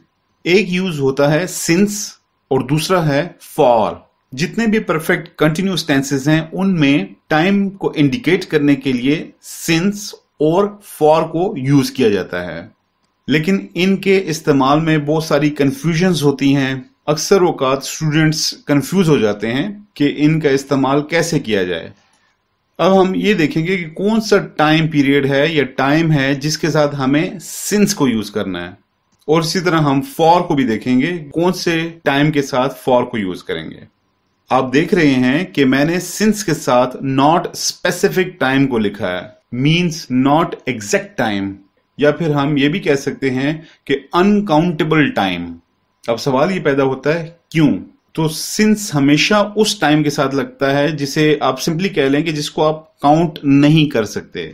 फॉर एग्जाम्पल, अगर मैं कहता हूं कि it has been raining since morning, सुबह से बारिश हो रही है, तो अब आप ये चीज नहीं जानते कि इसमें एग्जैक्ट टाइम की बात नहीं हो रही, सुबह से क्या मुराद है, तो लिहाजा इसमें आपके पास फिक्स टाइम नहीं है। मिसाल के तौर पे एक शख्स जो कि सुबह 8 बजे सो के उठता है, तो उसकी जाहिर बात है सुबह जो है वो 8 बजे होगी, दूसरे की 9 बजे होगी, तीसरे की 10 बजे होगी। तो आपके पास एग्जैक्ट टाइम नहीं है। और जब हम फॉर को यूज करते हैं तो हमेशा हम फॉर को वहां यूज करेंगे जहां पे काउंटेबल टाइम होगा। For example, I have been playing cricket for the last 2 hours या फॉर द लास्ट 3 ईयर्स। तो अब for the last 3 years mean 3 years, तो लिहाजा इसको जो मर्जी भी कह लें, इसको वो 3 साल ही रहेंगे। तो ये काउंटेबल हैं, आप इनको काउंट कर सकते हैं। सिंपली सिंस वाला टाइम काउंटेबल नहीं होगा और फॉर वाला टाइम काउंटेबल होगा। अब हम कुछ एग्जाम्पलरी सेंटेंसेस लिखते हैं जिसकी हेल्प से आपको ये तमाम चीजें और ज्यादा क्लियर हो जाएंगी। पहले हम सिंपल सेंटेंसेस को देखेंगे। अगर हम ये कहते हैं कि सुबह से बारिश होती रही है, it has been raining since morning, तो आप देख सकते हैं कि हमने मॉर्निंग के साथ सिंस को यूज किया क्योंकि यहाँ पे काउंटेबल टाइम नहीं है। और इट के साथ हेल्पिंग वर्ब जो है वो हैज बीन आया है। It has been raining since morning, और उसके साथ साथ first form of verb rain और आईएनजी रेनिंग हो गया, और इसी तरह सिंस और मॉर्निंग, क्योंकि मॉर्निंग एक टाइम इंडिकेशन जरूर है लेकिन अनकाउंटेबल टाइम है। अब दूसरा सेंटेंस हम देख लेते हैं। I have been living here for the last 2 years, मैं पिछले 2 साल से यहां रह रहा हूं। अब शुरू में आप देखें हमने प्रोनाउन आई यूज किया, तो उसके साथ हेल्पिंग वर्ब जो हमने यूज किया वो है हैव बीन, और इसके साथ साथ आप देख सकते हैं living first form plus ING, और यहां पे हमने यूज किया फॉर। किस लिए यूज किया?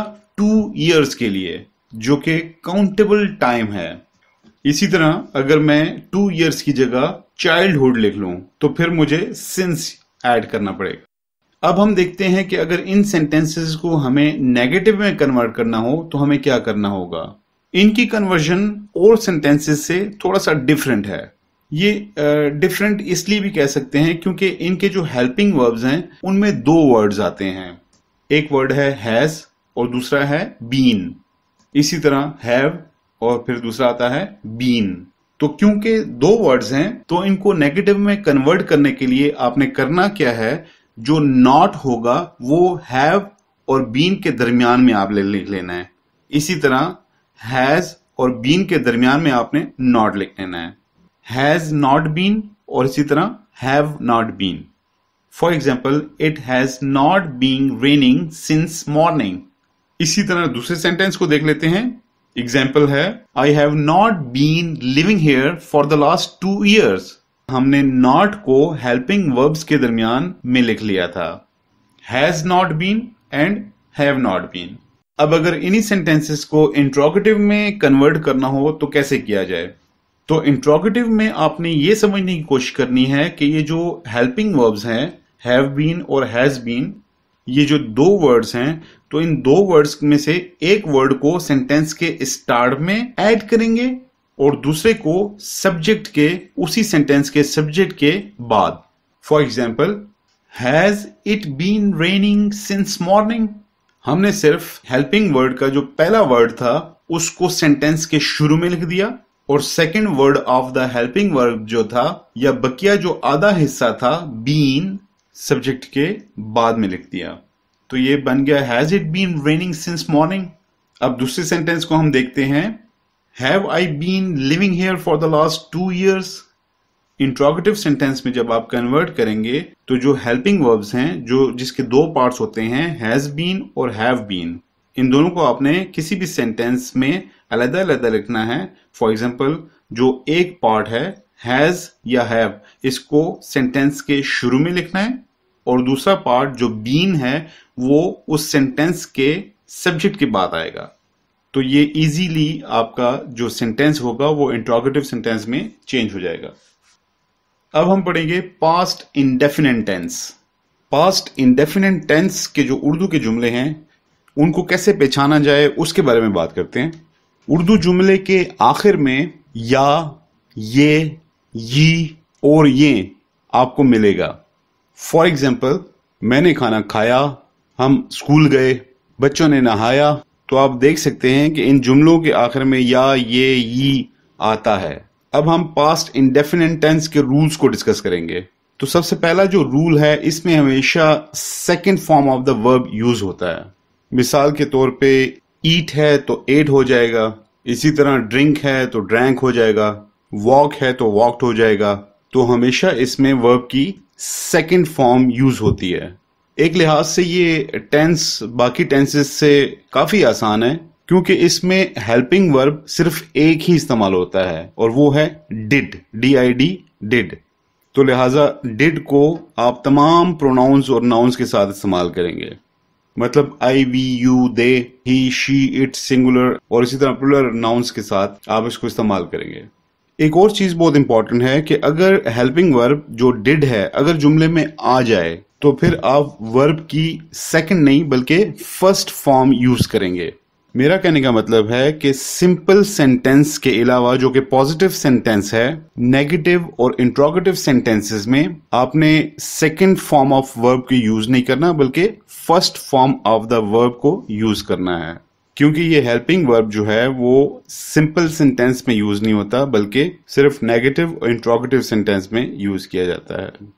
अब हम एग्जाम्पल्स को देख लेते हैं। उसने खाना खाया, ही एट फूड। अब ईट फर्स्ट फॉर्म है, लिहाजा मैंने सेकंड फॉर्म यूज की है, क्योंकि मैं ऑलरेडी बता चुका हूं कि इस सेंटेंस में second form of the verb को इस्तेमाल किया जाता है। और अगर इस सेंटेंस को मैं नेगेटिव में कन्वर्ट करना चाहूंगा तो मुझे क्या करना पड़ेगा? He did not eat food. तो आपने देखा कि इसमें हेल्पिंग वर्ब जो डिड है वो आ गया, आपने यहां पे first form of the verb को यूज करना है। और अगर इसी सेंटेंस को हम इंट्रोगेटिव सेंटेंस में कन्वर्ट करना चाहें तो इस हेल्पिंग वर्ब को सेंटेंस के शुरू में इस्तेमाल करना पड़ेगा। तो ये बनेगा डिड ही ईट फूड। अब हम थोड़ा सा प्रोनाउन चेंज करके देखते हैं। मैंने जिस तरह ऑलरेडी बताया कि एक ही हेल्पिंग वर्ब है तो लिहाजा ये तमाम नाउन्स और प्रोनाउंस के साथ लिखा जाएगा। For example, eye flu the kite, मैंने पतंग उड़ाई। अब फ्लाई फर्स्ट फॉर्म है तो यहां मैंने यूज किया फ्लू, जो कि second form of the verb है। और अगर इसी सेंटेंस को मैं नेगेटिव में कन्वर्ट करूं तो हम कहेंगे I did not fly the kite. और अगर इसी सेंटेंस को इंट्रोगेटिव सेंटेंस में कन्वर्ट करूं तो हेल्पिंग वर्ब को स्टार्ट में ले जाके हम ऐसे लिखेंगे या पढ़ेंगे did I fly the kite. तो मेरे ख्याल में पास्ट इंडेफिनिट टेंस सबसे आसान टेंस है। नेक्स्ट टेंस है पास्ट कंटिन्यूअस टेंस।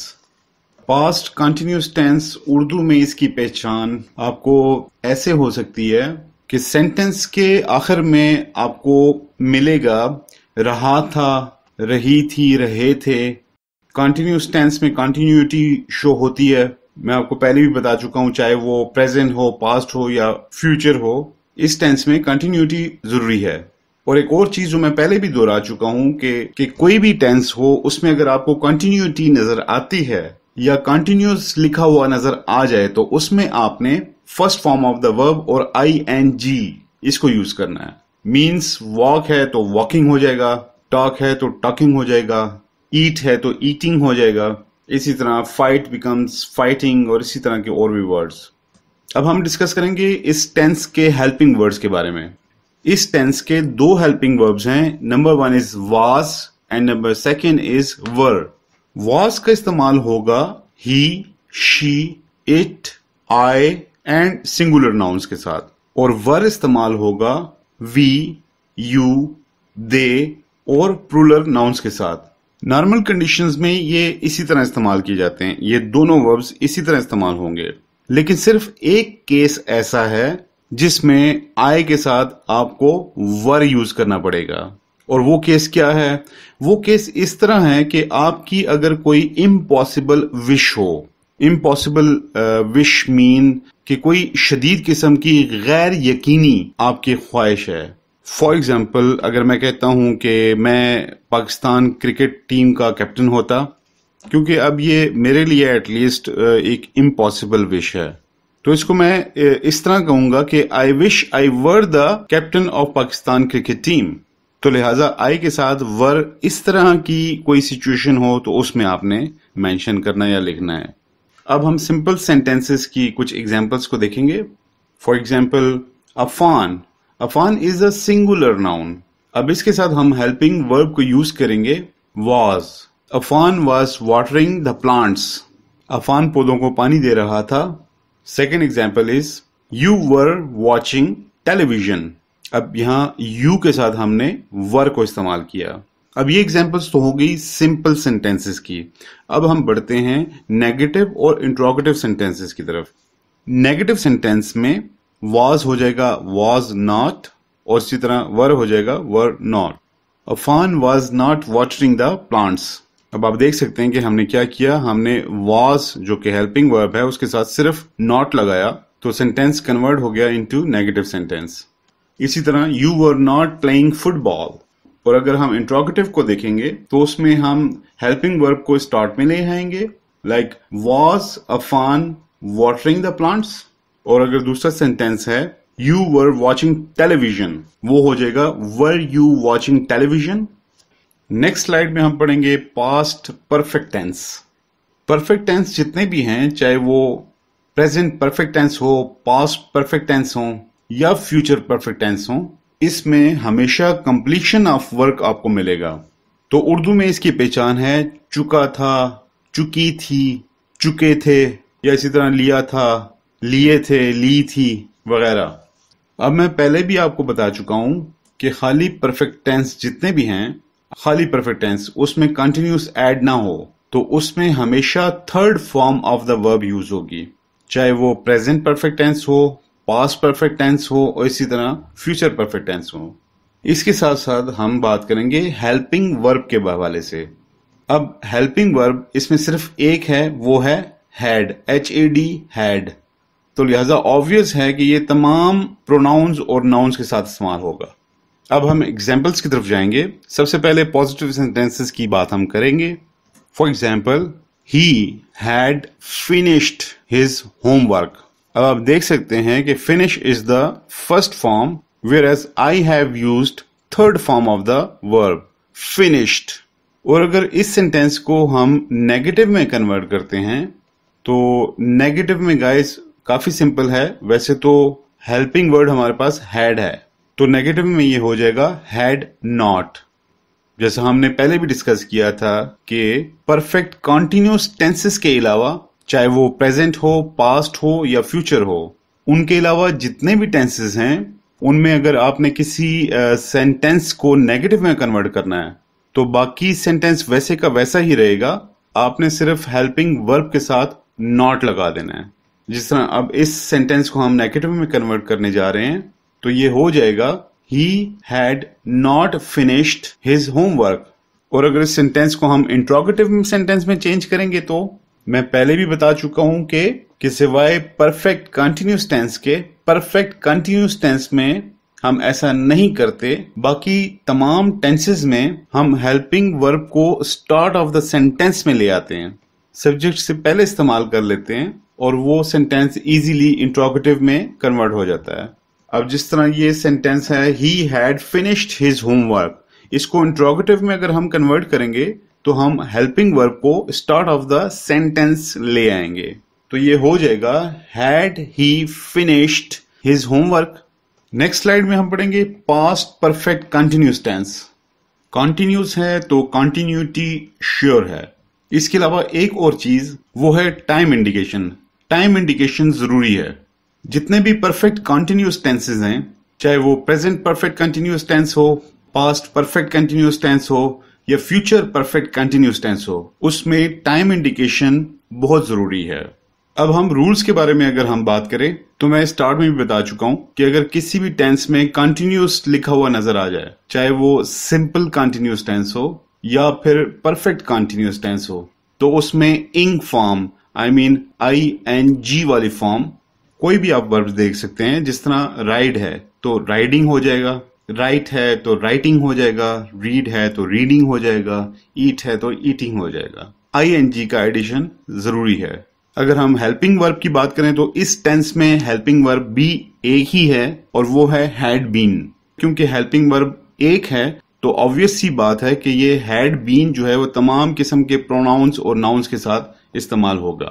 और इसी तरह इस टेंस में टाइम इंडिकेशन भी जरूरी है। और हम ऑलरेडी डिस्कस कर चुके हैं कि टाइम को डिस्कस करने के लिए सिंस और फॉर को इस्तेमाल करना होता है, लेकिन फिर भी आपकी आसानी के लिए मैं दोबारा से हाईलाइट कर लेता हूं।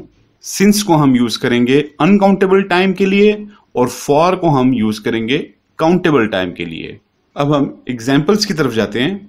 सबसे पहले हम पॉजिटिव और सिंपल सेंटेंसेस को देख लेते हैं। He had been living in Lahore since childhood। अब हम इस टेंस की अकॉर्डिंग टू रूल्स कुछ चीजों को देख लेते हैं। नंबर 1, हमने हेल्पिंग वर्ब कौन सा यूज किया, दैट इज हैड बीन। और दूसरी चीज आप देख सकते हैं लिविंग, ing ऐड हो गया। और तीसरी चीज, क्योंकि काउंटेबल टाइम नहीं है तो लिहाजा हमने सिंस को यूज किया। और अगर हम फॉर का इस्तेमाल करें तो जुमला कैसा होगा, आइए उसको देखते हैं। आई हैड बीन, क्योंकि हेल्पिंग वर्ब एक ही यूज होगा तो वो तमाम नाउन्स और प्रोनाउंस के साथ यूज होगा। तो जुमला बनता है I had been living in Lahore for the last 3 years। अब ये 3 years काउंटेबल टाइम है, इसको आप काउंट कर सकते हैं। अब अगर हम इन्हीं पॉजिटिव सेंटेंसेस को नेगेटिव या इंट्रोगेटिव सेंटेंसेस में कन्वर्ट करते हैं तो क्या करना पड़ेगा, उसको डिस्कस करते हैं। तो नेगेटिव सेंटेंस के लिए आपको हेल्पिंग वर्ब के दरमियान में नॉट का इजाफा करना होगा। For example, he had not been living in Lahore since childhood. और अगर इस सेंटेंस को हम इंट्रोगेटिव सेंटेंस में कन्वर्ट करें तो हेल्पिंग वर्ड के फर्स्ट पार्ट को जुमले के शुरू में लिखना होगा। For example, had he been living in Lahore since childhood. तो लिहाजा हमारा past present continuous tense complete हुआ। मेरे ख्याल में तमाम टेंसेस इजी हैं और मैं अक्सर कहता हूं कि इंग्लिश ग्रामर मैथमेटिक्स की तरह है कि कुछ पेट रूल्स को आपको याद करना होता है और अगर आप याद कर लेते हैं तो आपके लिए अंग्रेजी का समझना, बोलना, लिखना, पढ़ना ये सब इजी हो जाता है। अब हम देखेंगे future indefinite tense. Future indefinite tense को अगर आप उर्दू में समझना चाहते हैं या उर्दू के जुमलों को समझना चाहते हैं जो इस टेंस से रिलेटेड हैं, तो उर्दू के जुमलों के आखिर में गा, गे, गी ये शो हो रहे होंगे। यानी हम स्कूल जा रहे होंगे, बच्चे पतंग उड़ा रहे होंगे, इसी तरह मवेशी चरागाहों में चर रहे होंगे। इस तरह के तमाम जुमले जिनके आखिर पे गा, गे, गी वगैरह इस तरह के वर्ड्स यूज हों। अब हम बात करते हैं रूल्स के हवाले से। तो सबसे पहली चीज फॉर्म ऑफ द वर्ब आती है किसी भी कन्वर्जन में। तो फ्यूचर इंडेफिनिट टेंस में हमेशा first form of the verb इस्तेमाल होगी। उसके बाद हेल्पिंग वर्ब की अगर हम बात करें तो वो 2 होंगे। Number 1 is will and number 2 is shell. Will का इस्तेमाल होगा जब जुमले के शुरू में ही, शी, इट, यू, दे या कोई भी सिंगुलर या प्लूरल नाउन हो तो उनके साथ विल का इस्तेमाल होगा। और नोट कर लें कि शैल का इस्तेमाल सिर्फ और सिर्फ आई और वी के साथ होगा। इसके अलावा एक और इंपॉर्टेंट चीज मैं आपको बताता चलूं कि अगर आप अपने जुमले में या अपने जुमले को एम्फसाइज करना चाहते हैं, किसी बात को एम्फसाइज करना चाहते हैं, तो आपने एक सिंपल चीज करनी होगी। फॉर एग्जाम्पल, अगर आप कहते हैं कि वो कल स्कूल जाएगा तो आपने सिंपली कहना है कि he will go to school. लेकिन अगर आप इसके बरअक्स ये कहना चाहते हैं कि वो कल जरूर स्कूल जाएगा, तो यहां आपने अपने जुमले में किसी काम के होने को एम्फसाइज किया है, तो फिर वहां आपने ही के साथ शैल का इस्तेमाल करना है। सिमिलरली विल की जगह शैल यूज होगा और इसी तरह शैल की जगह विल यूज होगा अगर आप अपने किसी जुमले में किसी चीज के बारे में एम्फसाइज कर रहे हैं। यही वजह है कि कंटिन्यूअस राइटिंग में या ऐसे राइटिंग में या किसी भी फॉर्मेट में अगर आप कोई चीज लिख रहे हैं तो अगर आप विल की जगह शैल या शैल की जगह विल यूज कर भी देते हैं तो इन राइटिंग उस चीज पे कभी भी ऑब्जेक्शन नहीं आता, क्योंकि जो पढ़ने वाला है उसको ये नहीं पता कि आप क्या कहना चाह रहे हैं, कि ये काम जरूर होगा या ये काम होगा। अब हम कुछ एग्जाम्पल्स को देख लेते हैं। सबसे पहले पॉजिटिव सेंटेंस को देख लेते हैं। He will win the match, वो मैच जीतेगा। अब जैसा कि आप देख रहे हैं कि जुमले के शुरू में ही है तो हमने विल का इस्तेमाल किया और इसके साथ ही हमने first form of the verb को इस्तेमाल किया, विन।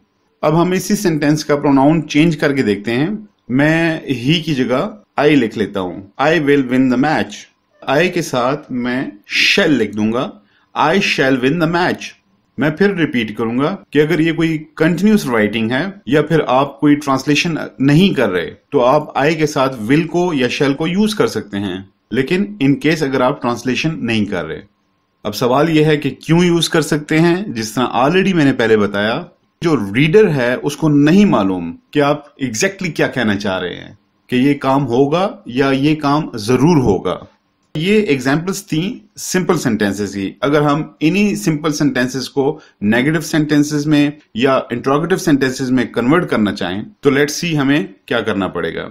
नेगेटिव की conversion apart from perfect continuous tense बहुत ही सिंपल है। आपने हेल्पिंग वर्ब के साथ नॉट का इजाफा करना होता है, यानी विल नॉट या शैल नॉट। ये सेंटेंस बन जाएगा he will not win the match, और इसी तरह दूसरा सेंटेंस बन जाएगा I shall not win the match. और अगर इन सेंटेंसेस को हम इंट्रोगेटिव सेंटेंसेस में चेंज करें तो उसका भी बहुत सिंपल फॉर्मेट है, जो कि परफेक्ट कंटिन्यूअस टेंस के अलावा बाकी सब में सेम है। हेल्पिंग वर्ब को स्टार्ट ऑफ द सेंटेंस में आप सिंपली ले आते हैं तो वो इंट्रोगेटिव सेंटेंस में कन्वर्ट हो जाता है। जैसा will he win the match, इसी तरह दूसरा सेंटेंस है शैल आई विन द मैच। तो गाइज यहां हमारा फ्यूचर इंडेफिनिट टेंस कंप्लीट हुआ, और नेक्स्ट स्लाइड में हम देखेंगे future continuous tense. Future continuous tense के जो उर्दू के जुमले हैं उनको अगर आप ट्रांसलेट कर रहे हैं इनटू इंग्लिश तो वो कौन कौन सी निशानियां हैं उनको जानने की कोशिश करते हैं। उर्दू में जो इसके जुमलों की पहचान है वो यूं हो जाती है कि अगर जुमले के आखिर में रहा होगा, रहे होंगे, रही होगी, इस तरह के अल्फाज आ जाएं तो आपको जान जाना चाहिए कि ये फ्यूचर कंटिन्यूअस टेंस है। और अगर ये कंटिन्यूअस है तो मैं पहले भी बता चुका हूं कि इसमें कंटिन्यूटी होगी। जैसे कि मैं खेल रहा हूंगा, मैं इस्लामाबाद जा रहा हूंगा, हम छुट्टियों पे जा रहे होंगे, इस तरह के मुख्तलिफ किस्म के सेंटेंसेस। अब हम बात करते हैं रूल्स के ऊपर, और जैसा कि मैं पहले तमाम कंटिन्यूअस टेंसेस में बता चुका हूं कि इन टेंसेस में फर्स्ट फॉर्म प्लस ING का इस्तेमाल होता है। सेकंड में जो इसके हेल्पिंग वर्ड्स हैं वो हैं दो तरह के, will be and shall be. Will be जिन नाउन्स और प्रोनाउंस के साथ इस्तेमाल होगा वो हैं ही, शी, इट, दे, और उसके साथ साथ सिंगुलर नाउन्स और प्लूरल नाउन्स के साथ। और शैल बी हम सिर्फ इस्तेमाल करेंगे आई और वी के साथ। आइए कुछ एग्जाम्पल्स की हेल्प के साथ समझने की कोशिश करेंगे। He will be going to school, वो स्कूल जा रहा होगा। तो जैसा कि आप देख रहे हैं कि जुमले के शुरू में ही है तो हम उसके साथ हेल्पिंग वर्ब विल बी इस्तेमाल करेंगे और उसके साथ साथ फर्स्ट फॉर्म के साथ ING गोइंग। अब हम शैल बी की एग्जांपल देखेंगे। I shall be watering the plants, मैं पौधों को पानी दे रहा हूंगा। अब जिस तरह आपने देखा कि शुरू में हमने आई से स्टार्ट किया तो आई के साथ आएगा शैल बी, और उसके साथ जिस तरह पहले सेंटेंस में मैंने बोला first form of the verb plus ING। और अगर इन जुमलों को हम नेगेटिव सेंटेंस में कन्वर्ट करें तो विल बी के दरमियान में हम नॉट ऐड कर देंगे तो विल नॉट बी आ जाएगा। सिमिलरली शैल नॉट बी, तो ये सेंटेंस इस तरह बन जाएगा he will not be going to school, वो स्कूल नहीं जा रहा होगा। इसी तरह दूसरे जुमले को अगर हम नेगेटिव सेंटेंस में कन्वर्ट करते हैं तो उसमें शैल बी के दरमियान में हम नॉट को सिर्फ ऐड कर लेंगे तो I shall not be watering the plants. इसी तरह इन सेंटेंसेस को अगर हम इंट्रोगेटिव सेंटेंसेस में कन्वर्ट करते हैं तो आई एम श्योर अब आपके लिए बहुत आसान हो गया है कि आपने सिर्फ क्या करना है कि जो हेल्पिंग वर्ड का जो फर्स्ट पार्ट है विल, उसको जुमले के स्टार्ट में लिख लेना है और वर्ब के बाद फिर बी को ऐड कर देना है। तो ये बनेगा will he be going to school, और दूसरे जुमले को हम इंट्रोगेटिव सेंटेंस में अगर कन्वर्ट करेंगे तो इस तरह होगा कि shall I be watering the plants. Simple and easy. Next slide में हम पढ़ेंगे future perfect tense. Future perfect tense के जो उर्दू के जुमले हैं उनकी पहचान हमें इस तरह होगी कि उन तमाम जुमलों के आखिर में होगा चुका होगा, चुके होंगे, चुकी होगी, या लिया होगा या लिए होंगे। कंप्लीशन ऑफ वर्क शो हो रहा होगा कि कोई काम मुकम्मल हो चुका है, चाहे वो किसी भी जमाने में मुकम्मल हो चुका हो, प्रेजेंट में हो, पास्ट में हो या फ्यूचर में हो। लेकिन क्योंकि ये फ्यूचर है तो इसमें हमेशा मुस्तकबिल में एक काम की कंप्लीशन शो हो रही होगी। अब हम बात करते हैं रूल्स के बारे में। तो रूल नंबर 1 ये है कि इस टेंस में हमेशा वर्ब की थर्ड फॉर्म यूज होगी और मैं ये ऑलरेडी बता चुका हूं कि जो खाली परफेक्ट टेंस हैं, चाहे वो प्रेजेंट हो, पास्ट हो या फ्यूचर टेंस हो, उसमें हमेशा third form of the verb ही इस्तेमाल होगी। अब हम बात करेंगे हेल्पिंग वर्ब के बारे में। तो यहाँ पे भी दो तरह के हेल्पिंग वर्ब्स यूज होते हैं, will have and shall have. Will have का इस्तेमाल तब होगा कि अगर जुमले के शुरू में he, she, it, they, you singular या प्लूरल नाउन्स हों, और अगर जुमले के शुरू में आई और वी का इस्तेमाल हुआ हो तो वहां पे आपने शैल हैव को इस्तेमाल करना है। अब इस टेंस को कुछ एग्जाम्पल्स की हेल्प से समझने की कोशिश करते हैं। He will have won the match। अब जिस तरह सेंटेंस के शुरू में हमने यूज किया है ही, therefore our helping verb will be will have, और उसके साथ आप फॉर्म ऑफ द वर्ब जो है वो देख सकते हैं कि वो third form of the verb use हुई है, won। दूसरी एग्जाम्पल है I shall have won the match, और आप देख सकते हैं कि ये जुमला शुरू हुआ है I से, तो लिहाजा हमने helping verb shall have use किया और उसके साथ साथ वर्ब की थर्ड फॉर्म को हमने यहाँ पे ऐड किया, won। और अगर इन जुमलों को हम नेगेटिव में कन्वर्ट करेंगे तो हमने क्या करना है कि विल हैव के दरमियान में नॉट को ऐड करना है और शैल हैव के दरमियान में नॉट को इसी तरह ऐड करना है। तो ये बन जाएगा will not have, shall not have. तो लिहाजा ये सेंटेंस इस तरह कन्वर्ट होंगे कि he will not have won the match, I shall not have won the match. अगर इन सेंटेंसेस को हम इंट्रोगेटिव सेंटेंसेस में कन्वर्ट करते हैं तो हेल्पिंग वर्ब का शुरू का जो आधा हिस्सा है विल या शैल, उसको सेंटेंस के शुरू में लिख लेना है। जिस तरह will he have won the match और shall I have won the match. Next slide में हम पढ़ेंगे फ्यूचर परफेक्ट कंटिन्यूअस टेंस, जो कि फाइनल टेंस है। जहां पे भी कंटिन्यूअस लिखा हुआ होगा वहां पे हमेशा वर्ब की फर्स्ट फॉर्म यूज होगी प्लस आईएनजी के साथ। इसी तरह हेल्पिंग वर्ब्स भी दो हैं, विल हैव बीन और shall have been. Will have been इस्तेमाल होगा he, she, it, you, they और तमाम सिंगुलर और प्लूरल नाउन्स के साथ, और शैल हैव बीन आई और वी के साथ इस्तेमाल होगा। उसके आगे जिस तरह मैं ऑलरेडी डिस्कस कर चुका हूं कि परफेक्ट कंटिन्यूअस टेंस है तो लिहाजा यहां पे टाइम इंडिकेशन भी इन्वॉल्व होगी, तो हम इस्तेमाल करेंगे सिंस एंड फॉर। अगेन आपको क्लियर हो गया होगा कि सिंस हम इस्तेमाल करेंगे जहां अनकाउंटेबल टाइम का जिक्र हो, और जहां काउंटेबल टाइम होगा वहां पे हम फॉर को इस्तेमाल करेंगे। अब चलते हैं इस टेंस को एग्जाम्पल्स की मदद से समझने की कोशिश करते हैं। He will have been cursing all the evils since childhood। इसका मतलब ये हुआ कि वो तमाम बुराइयों पर बचपन ही से लानत बेचता रहा है। अब आपने देखा कि स्टार्ट में हमारे पास जो प्रोनाउंस है वो ही है, तो उसके साथ हेल्पिंग वर्ब हमने यूज किया will have been, और उसके आगे वर्ब की फर्स्ट फॉर्म और आईएनजी को ऐड किया। तो लास्ट में क्योंकि हमारे पास काउंटेबल टाइम नहीं था तो लिहाजा हमने सिंस का इस्तेमाल किया। अब हम प्रोनाउंस चेंज करके देखते हैं और दूसरा जुमला लिखते हैं, I shall have been living here for the last 1 year। तो लिहाजा आप देख सकते हैं कि हमने स्टार्ट में आई का यूज किया तो उसके साथ शैल हैव बीन को हमने ऐड किया, first form of the verb है और इसी तरह आईएनजी उसके साथ लगा हुआ है, और आखिर पे क्योंकि 1 year काउंटेबल है तो हमने फॉर का इस्तेमाल किया। और अगर इन्हीं जुमलों को हम नेगेटिव सेंटेंसेस में कन्वर्ट करते हैं तो हेल्पिंग वर्ड्स के दरमियान में हमने नॉट को ऐड करना है। For example will have not been और इसी तरह शैल हैव नॉट बीन।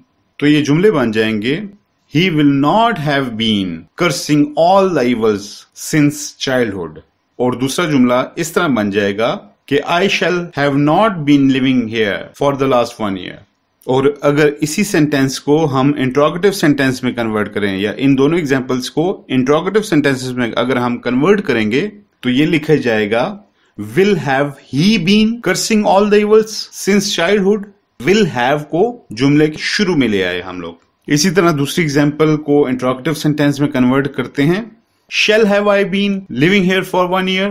तो लिहाजा इस स्लाइड में न सिर्फ हमने फ्यूचर परफेक्ट कंटिन्यूअस टेंस को पढ़ा और कंप्लीट किया बल्कि तमाम टेंसेस भी कंप्लीट कर लिए। तो टेंसेस कंप्लीट हो चुके हैं। इस स्लाइड में हम पढ़ेंगे active and passive voice, basically academic writing में हमारे पास दो किस्म की वॉइसेस होती हैं। एक को हम बोलते हैं एक्टिव वॉइस और दूसरे को हम बोलते हैं passive voice. Depending upon the situation we use either of them. अब एक्टिव वॉइस और पैसिव वॉइस होते क्या हैं, इनका जानना बहुत जरूरी है। एक्टिव वॉइस हम कहते हैं उस वक्त जिस वक्त सब्जेक्ट जो है वो एक्शन परफॉर्म कर रहा होता है by itself. For example, he is playing cricket. अब इस जुमले में सब्जेक्ट जो कि ही है वो एक्शन परफॉर्म कर रहा है, लेकिन some time subject receives the action from the object. कभी कभी ऐसा भी होता है कि जो सब्जेक्ट है वो बेसिकली रिसीव कर रहा होता है कोई भी एक्शन ऑब्जेक्ट से। तो ऐसी सिचुएशन में हम कहते हैं ये पैसिव वॉइस है। अब सवाल ये पैदा होता है कि सब्जेक्ट जो है वो एक्शन कैसे रिसीव करता है। इसको एक एग्जाम्पल की मदद से समझने की कोशिश करते हैं। Cricket is being played by him. तो इस सेंटेंस में आपको क्लियर हो जाएगा कि जो सब्जेक्ट है वो ऑब्जेक्ट को रिसीव कर रहा है। एक्टिव वॉइस में सब्जेक्ट जो है वो एक्शन परफॉर्म कर रहा होता है और पैसिव वॉइस में सब्जेक्ट एक्शन को रिसीव कर रहा होता है। ही इज प्लेइंग क्रिकेट, वो क्रिकेट खेल रहा है। ये हो गया एक्टिव वॉइस। और दूसरे जुमले में cricket is being played by him, तो इसकी ट्रांसलेशन ऐसे बनेगी कि क्रिकेट उससे खेला जा रहा है। एक्टिव और पैसिव वॉइस में अलग अलग सेंटेंसेस हमारे सामने आते हैं।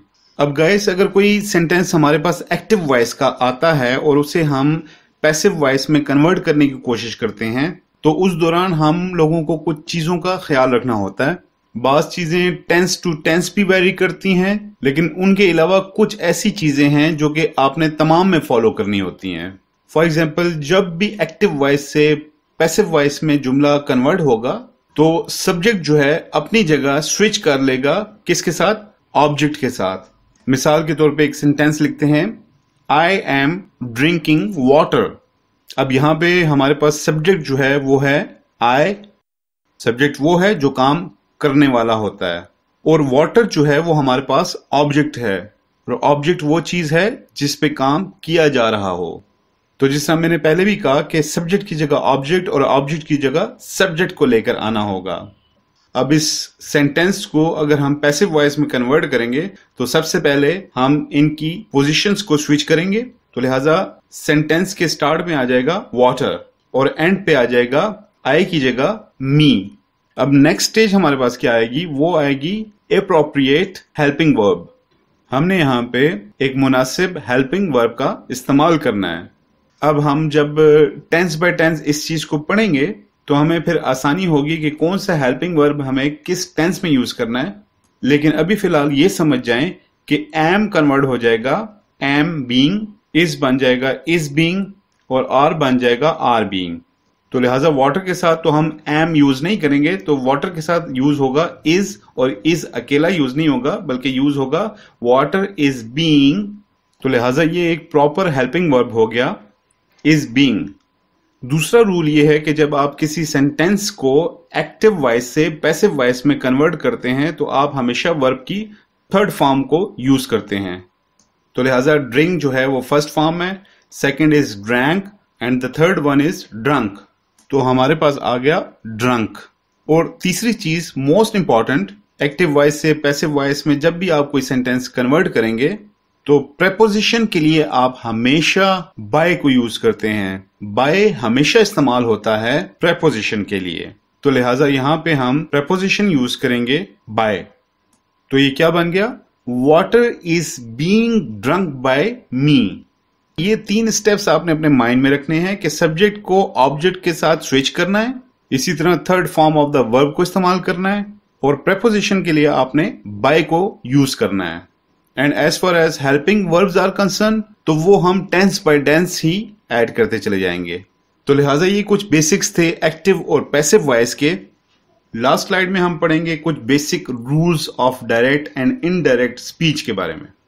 डायरेक्ट एंड इनडायरेक्ट स्पीच, जिसको डायरेक्ट एंड इनडायरेक्ट नरेशन के बारे में भी जाना जाता है। बेसिकली इंग्लिश में हमारे पास या किसी भी लैंग्वेज में किसी मैसेज को कन्वे करने के 2 तरीके होते हैं। एक तरीका या एक अप्रोच होती है, उसे कहा जाता है डायरेक्ट, और दूसरा होता है इनडायरेक्ट।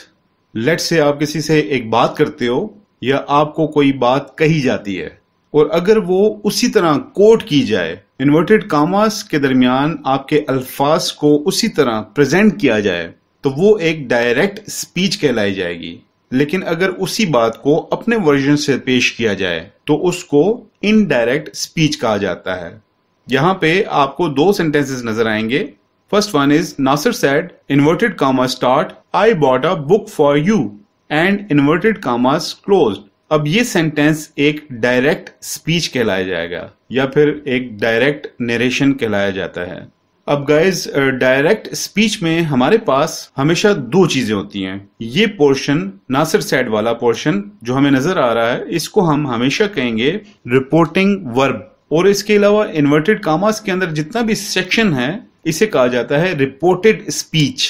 और नीचे जो सेंटेंस में आप देख रहे हैं, Nasir said that he had bought a book for you, ये है इनडायरेक्ट स्पीच। डायरेक्ट स्पीच में एग्जैक्ट वर्ड्स थे जो कि इन्वर्टेड कामास के अंदर कोड हुई है एक चीज, जबकि दूसरे सेंटेंस में नासिर ने एक चीज को अपने अल्फाज में बयान कर दिया। पहले सेंटेंस में नासिर ने कहा मैं आपके लिए एक किताब लाया हूं। दूसरे स्पीच में क्या हो गया कि नासिर ने कहा कि वो मेरे लिए एक किताब लेकर आया है। तो ये बेसिक फर्क है डायरेक्ट और इनडायरेक्ट स्पीच के अंदर। तो गाइज यहाँ पे हमारा कोर्स कंप्लीट हुआ जाता है। आई एम श्योर कि आपको अंग्रेजी ग्रामर की A to Z नॉलेज मिल गई है, तो लिहाजा अब आपने क्या करना है, आपने प्रैक्टिस करना है। I wish you best of luck. Thank you very much for watching. और जाने से पहले अगर आपने मेरे चैनल को सब्सक्राइब नहीं किया तो आपसे रिक्वेस्ट होगी कि आप मेरे चैनल को सब्सक्राइब करें, और कोर्स अगर पसंद आया है तो उसको लाइक करें और अपने फ्रेंड्स के साथ भी शेयर करें। Thank you very much.